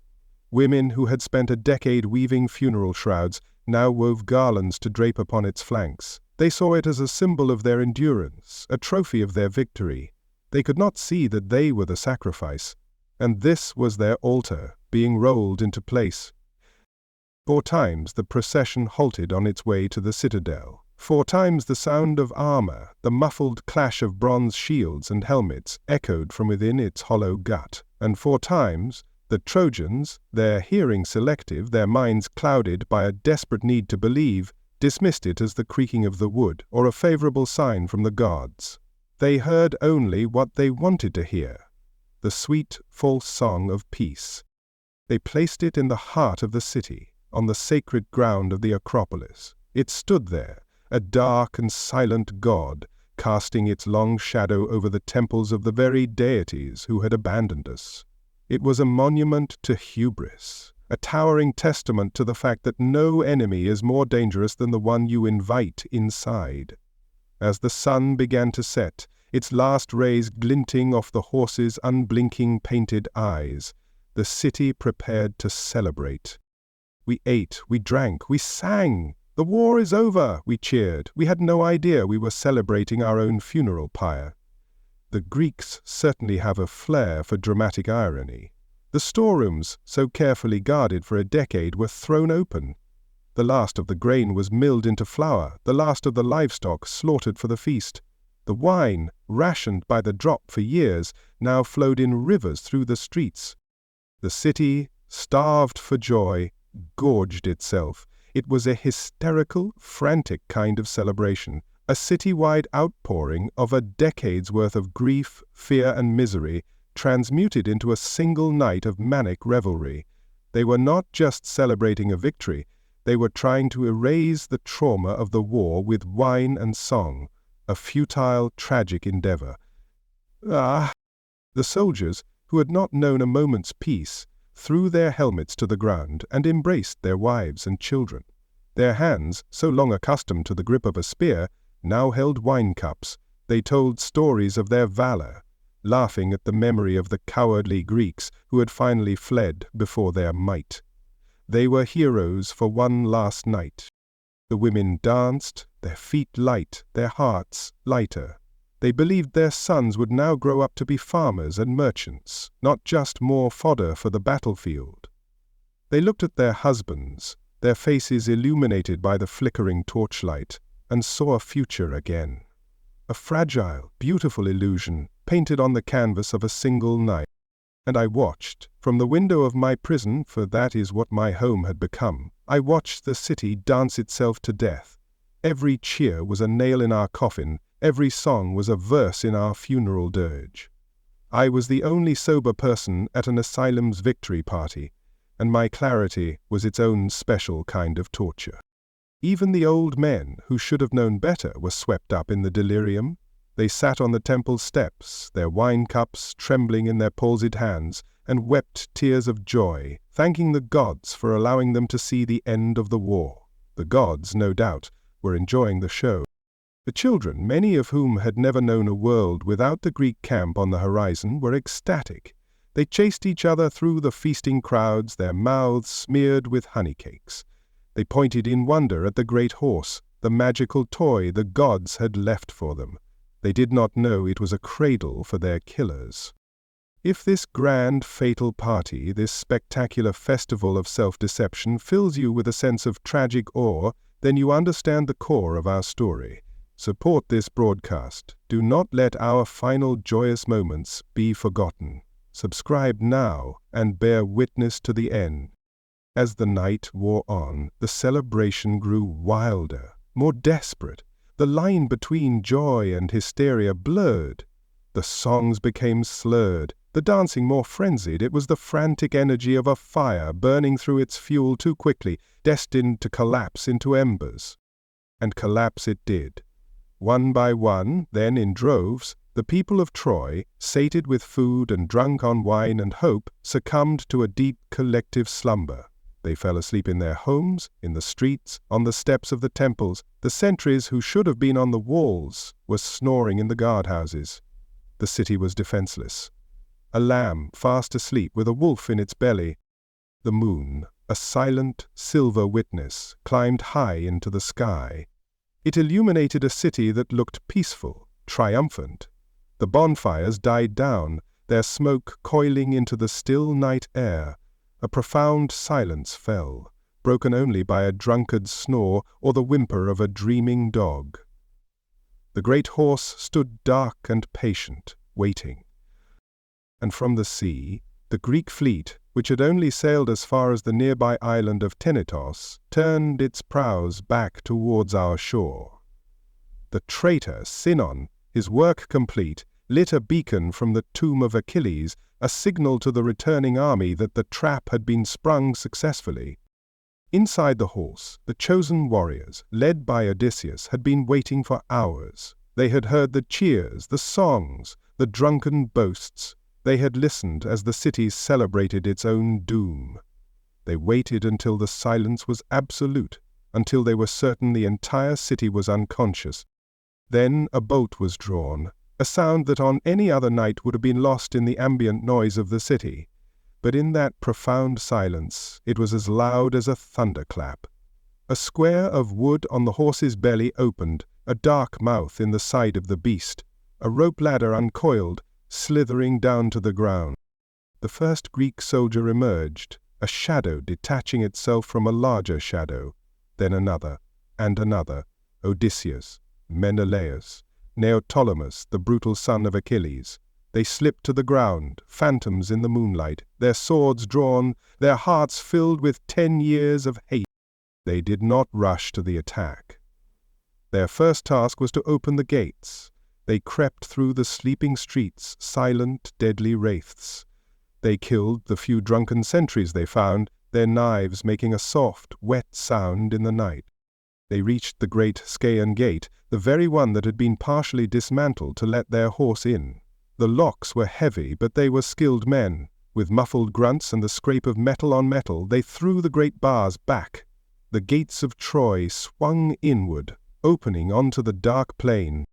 And from that darkness, the rest of the Achaean army, which had landed silently on the beach, began to pour in, not with a battle cry, but with the silent, terrifying efficiency of an execution squad.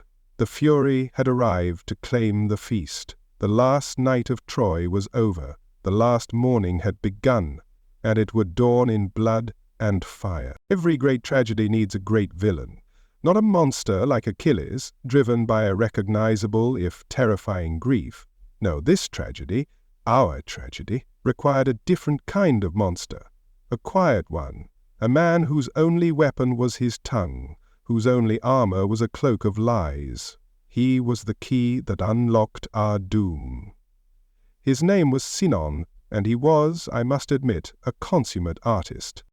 While the city of Troy was still debating what to do with the colossal wooden curiosity on its doorstep, a patrol of our shepherds found him. He was hiding in the marshes, looking for all the world like a shipwrecked sailor. His clothes were torn, his face was smeared with mud and tears, his body trembled with a perfectly calibrated fear. They dragged their prize before the king, this lone Greek, this supposed deserter. The stage was set for the performance of a lifetime.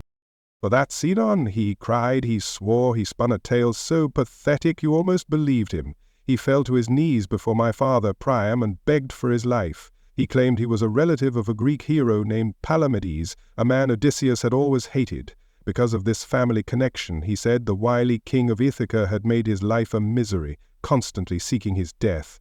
Already he had the audience on his side. Everyone knew of Odysseus's cunning, and no one liked him.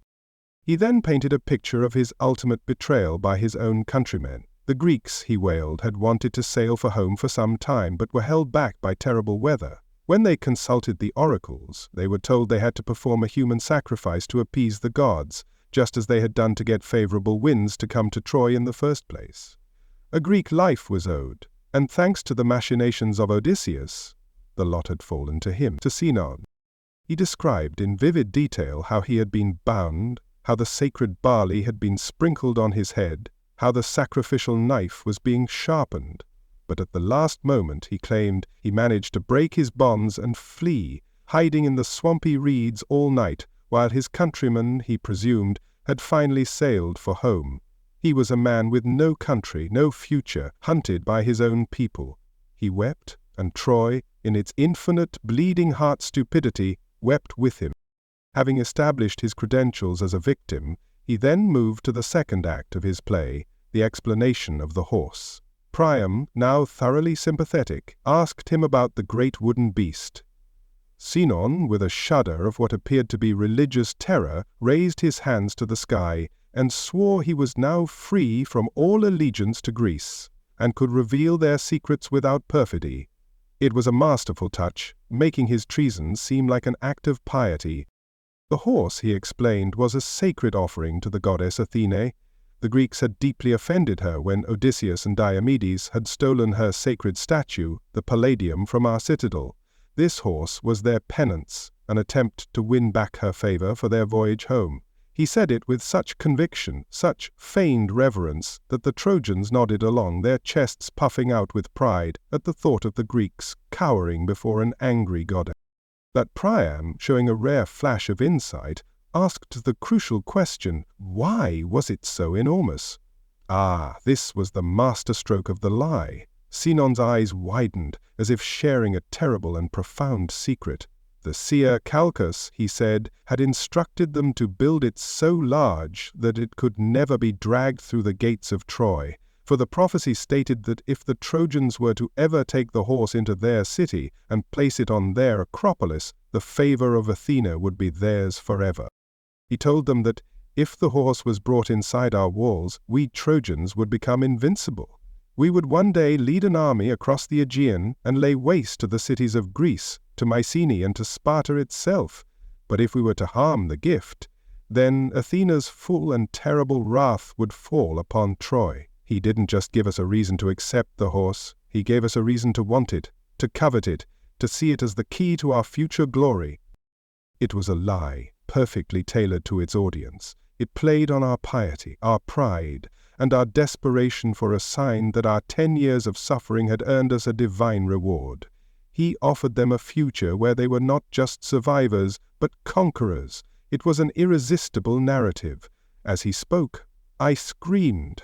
I clawed at my guards. I shouted that every word from his mouth was poison, that he was a snake sent by Odysseus himself. They simply held me tighter, shaking their heads at the poor, mad princess, spoiling this wonderful moment.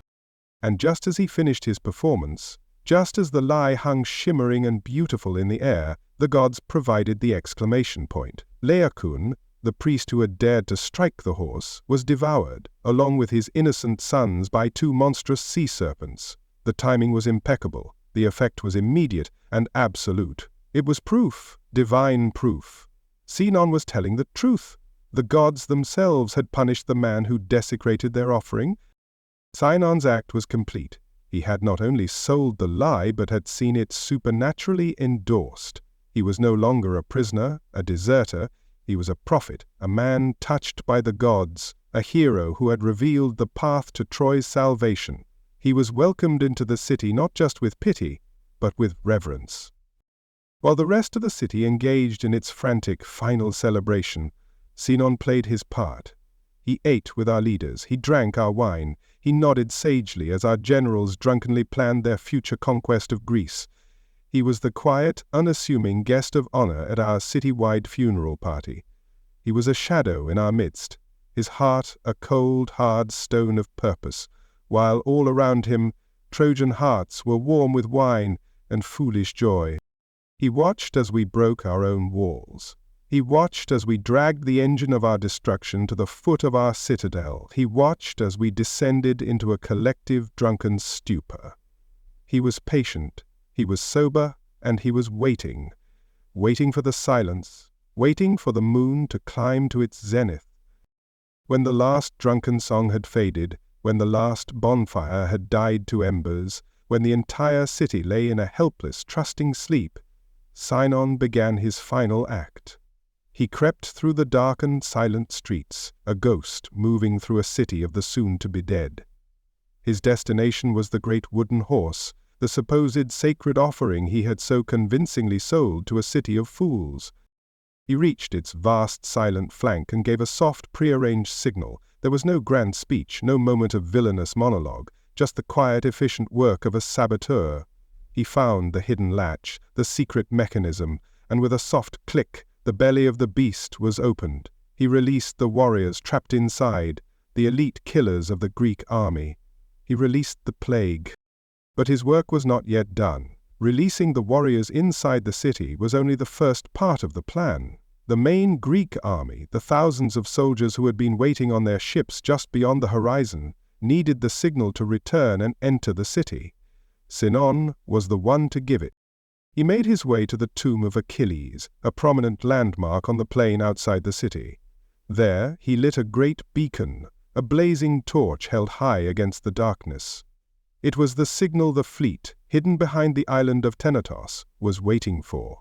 Across the water they saw the flame, and the oars of 1,000 ships dipped silently into the black water, their prows turning back towards the sleeping city.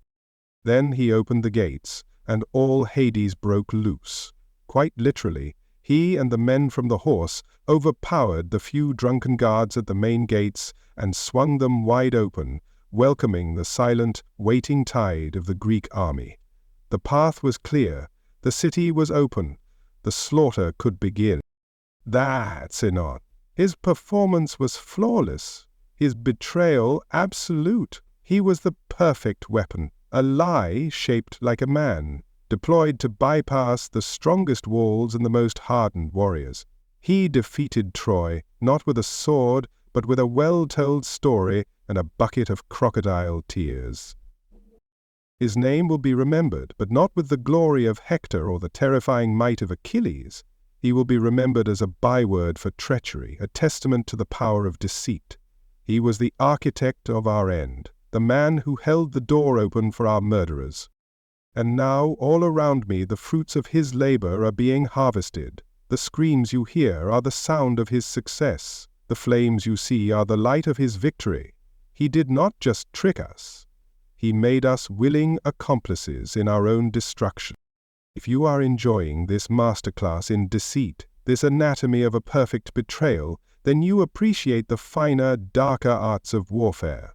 Subscribe to this broadcast. Do not let such a masterful, horrifying performance be forgotten. Preserve the story of the man who sold a city its own death and was thanked for it.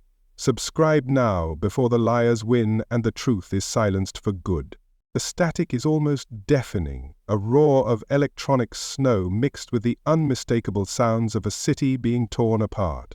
The oracle's voice is no longer narrating a memory. She is broadcasting from within the inferno, her tone a high-wire act between terror and bitter, vindicated fury. The feast is over, the fury has come.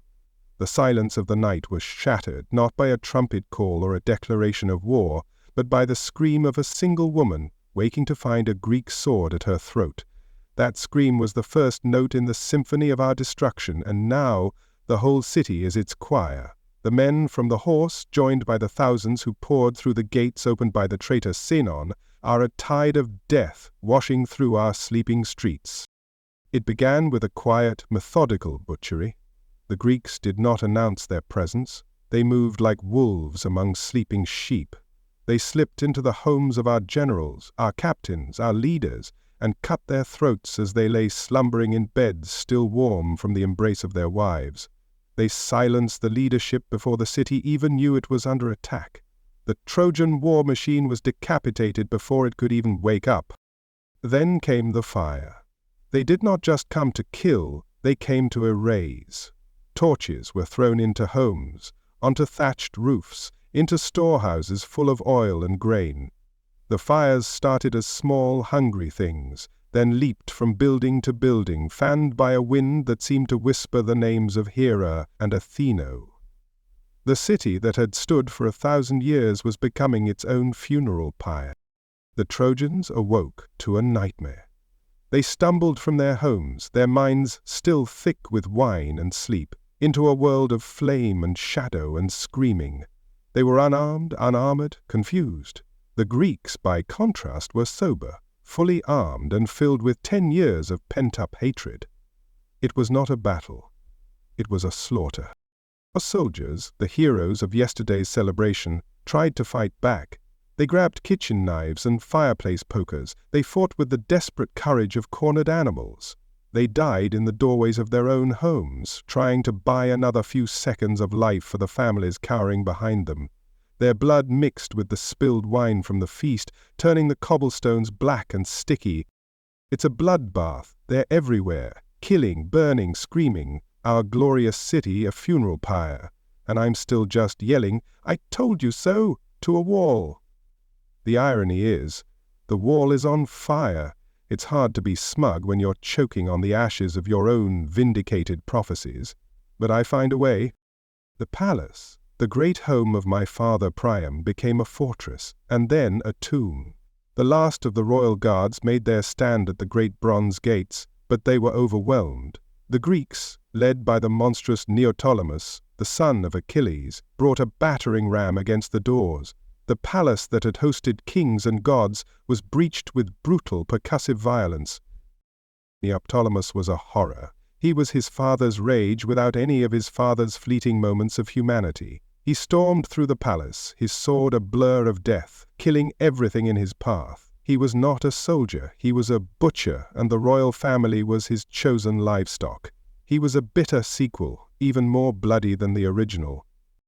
My father, old Priam, the king of this once great city, tried to arm himself. An old man, his body frail, his hands shaking, putting on armor he had not worn in 50 years. His wife, my mother Hecuba, begged him to take sanctuary at the altar of Zeus in the central courtyard. She pulled him to the sacred space, hoping the gods would protect their own. The gods, it seems, were busy. Neoptolemus found him there, cowering with the women. He had just butchered Priam's son Polites before the old king's very eyes. Priam, in a final act of defiance, hurled a weak, useless spear at the young monster.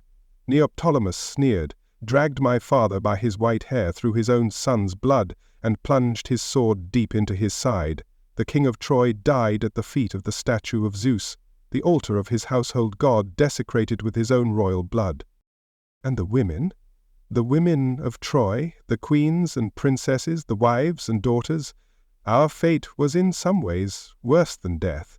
We were the prizes. We were rounded up like cattle, herded into the courtyard amidst the bodies of our husbands and sons. We were the spoils of war, to be distributed among our conquerors, our futures to be spent as slaves and concubines in the homes of the men who had just destroyed our world. My own fate was sealed, as I raved and prophesied, As I screamed the truths that were now so horribly, undeniably self-evident, I was seized. I was dragged from the temple of Athena, the very goddess this city had tried so desperately to appease. I was claimed as a prize by Agamemnon, the king of the Greeks. My divine gift, my curse, had led me to this, to be the property of the man who had led this army of butchers to my doorstep. The irony is so thick I could drown in it. They showed no mercy, no restraint. The concept of sanctuary was a joke to them. They killed men who clung to the altars of the gods. They tore women from the statues they embraced for protection. The gods of Troy were silent, their temples becoming just another stage for the Greek savage triumph. It was as if 10 years of war had stripped them of all piety, all fear of divine retribution. The children. Oh, the children. Some were killed alongside their parents, a swift, brutal end. Others were saved for a crueler fate. My nephew, Astyanax, the infant son of our beloved Hector, was a symbol. He was the last of the royal line. The Greeks, in their cold, strategic cruelty, could not allow him to live. They tore him from his mother Andromache's arms. They took the small boy, the child his father had kissed and prayed for on that long-ago day at the gate, to the top of the very walls his father had defended, and they threw him off. They smashed his small, innocent body on the rocks below. They extinguished the future of Troy, a final, brutal act to ensure our city would never rise again. The city burns. I can hear the roar of the flames from here. The great library, with all its scrolls of poetry and history, is now a cloud of smoke. The marketplace, where we traded goods and gossip, is a field of corpses. The temples are charnel houses. Every street, every alley, every home is a scene of some fresh horror. Keep the tragic chaos coming, like and subscribe, because what is history but a series of one horror after another? Our horror is just the latest, most spectacular episode. And you, my listeners, have a front row seat. Don't touch that dial. The grand finale of civilization is still in progress. The Greeks are now just looting. They are like drunken termites, scurrying through the corpse of the great tree they have felled, taking everything of value: gold, silver, bronze, fine cloth, and human lives. They load their ships with the wealth of our city, their victory as much about greed as it is about vengeance. The air is thick with the smell of burning cedar, of roasting meat that is not from any animal, of death. It is a smell that will cling to the survivors for the rest of their lives. It is the smell of a civilization being erased from the face of the earth. There are pockets of resistance still. A few brave men, barricaded in a side street, selling their lives as dearly as possible. But these are futile gestures, the last muscle spasms of a body that is already dead. Their courage is magnificent and utterly pointless. The dawn is breaking, a red, angry dawn, its light filtered through the thick black smoke that now shrouds our city. It reveals the full extent of the devastation. The work of a single night has undone the work of centuries. The great city of Troy is no more. It is a smoking, blood-soaked ruin. And so my final prophecy has come to pass, not because of any great magic on my part, but because I was willing to see the truth that everyone else was determined to ignore. The truth of pride, of greed, of folly. The truth of what happens when men think they are smarter than fate and when gods behave like spoiled children. This broadcast is now almost at an end. I am being dragged away, another piece of plunder for the victorious Greeks. My voice, which has for so long been a warning, will now be just another lament. But you have heard it. You are my witness. Remember this story. Remember Troy. Remember what happens when you mistake a monster for a gift. The fires have found the library. I can smell the burning of 1,000 years of knowledge, of poetry, of history. It is a fitting scent for the end of all things. The grand battles are over. The strategic slaughter has given way to chaotic personal acts of butchery, and in the heart of it all, in the smoking ruins of my father's palace, the final, pathetic tragedies of Troy's heroes are playing out. There is no glory here, there is only an ending. In the center of the palace courtyard, a space that has seen generations of our family's joys and sorrows, stands the great altar to Zeus of the hearth.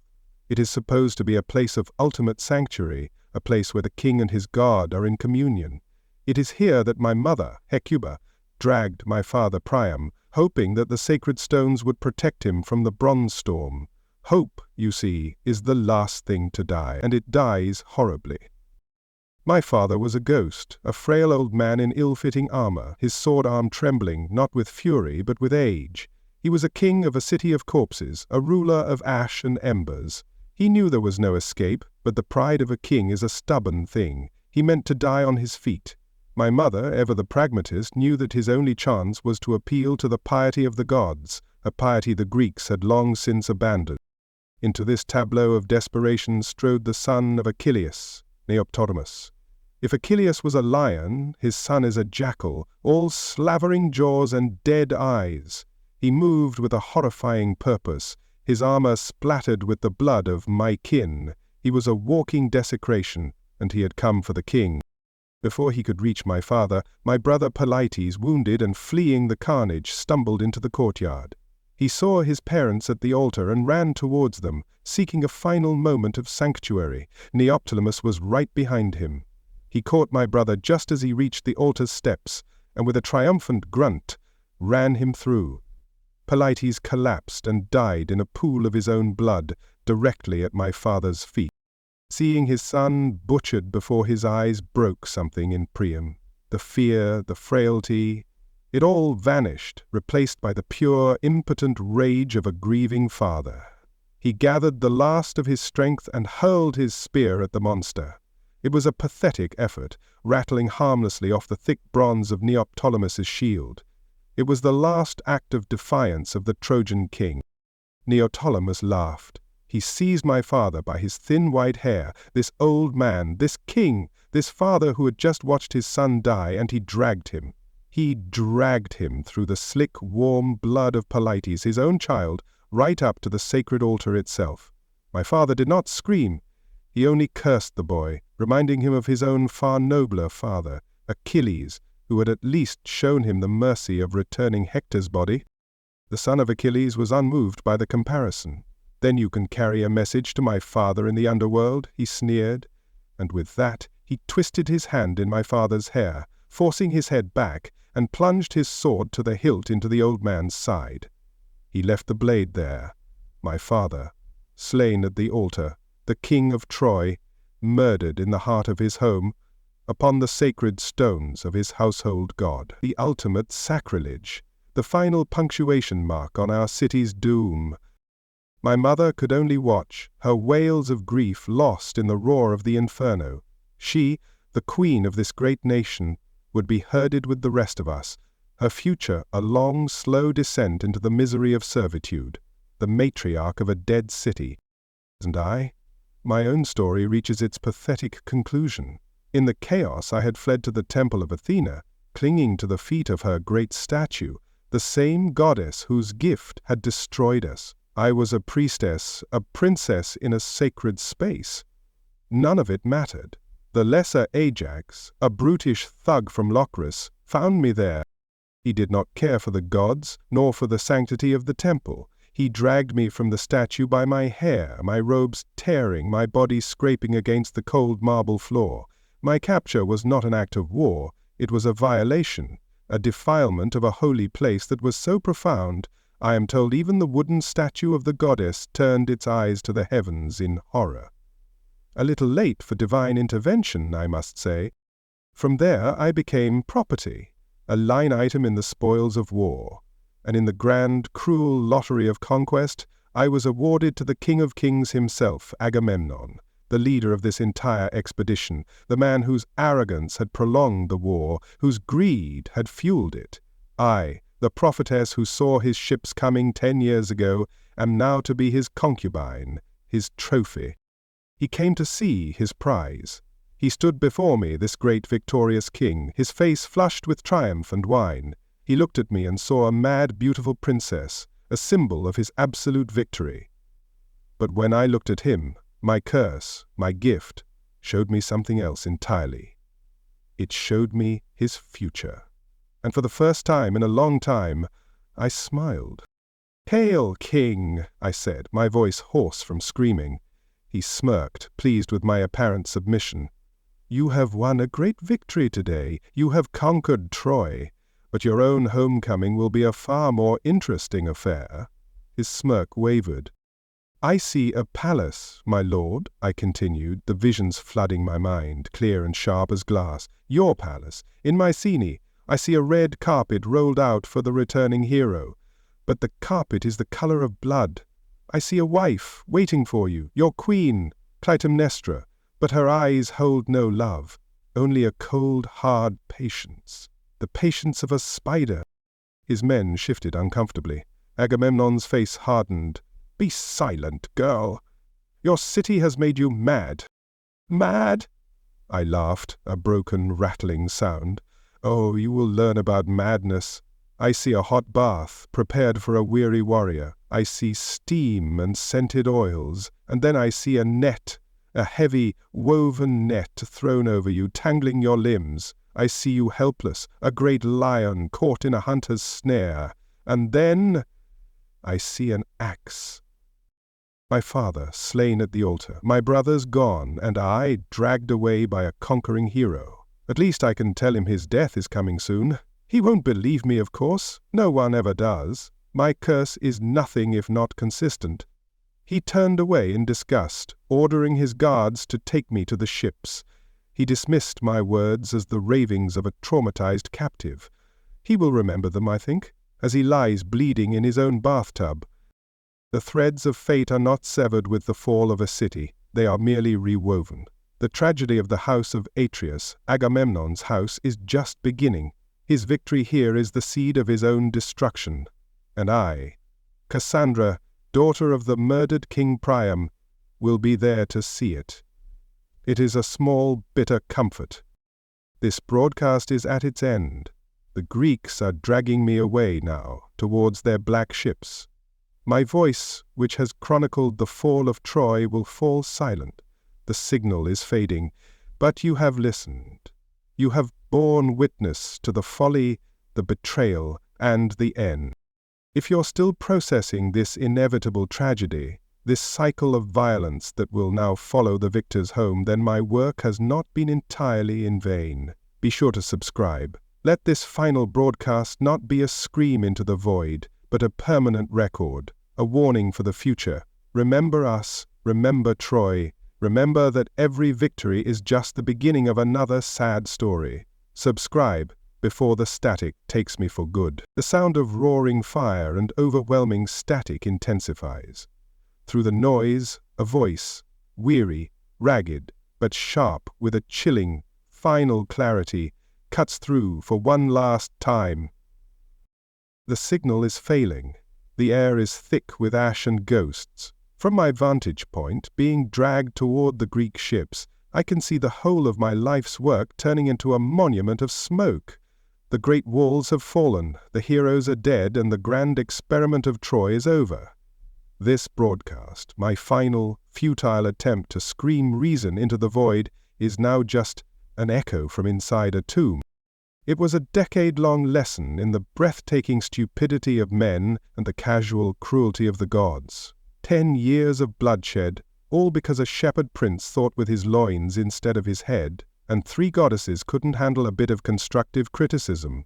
We endured the siege, the hunger, the fear, only to be undone not by an army, but by a piece of oversized, poorly made wooden furniture. I have chronicled it all for you, the petty rage of Achilles, the bumbling pride of Agamemnon, the noble, pointless sacrifice of my brother Hector. I have shown you the gods, moving us like pieces on their game board, whispering lies and tipping the scales for their own grim amusement. I have given you the unvarnished, unpleasant truth at every turn. And for my troubles, I was called mad. In hindsight, perhaps they were right. The truly sane thing to do would have been to sit quietly and let the inevitable happen. It certainly would have been less strain on the vocal cords.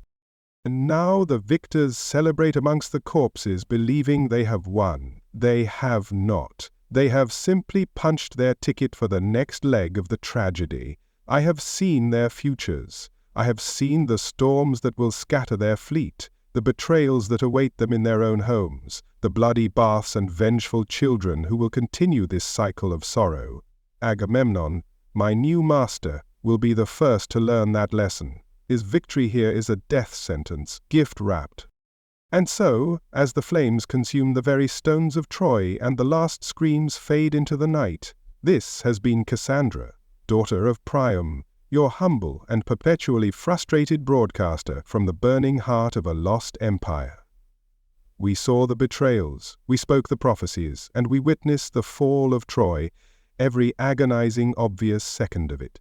My purpose, I suppose, was not to be believed, but to be a record, a testament to the fact that the truth was spoken, even if no one had the courage to listen.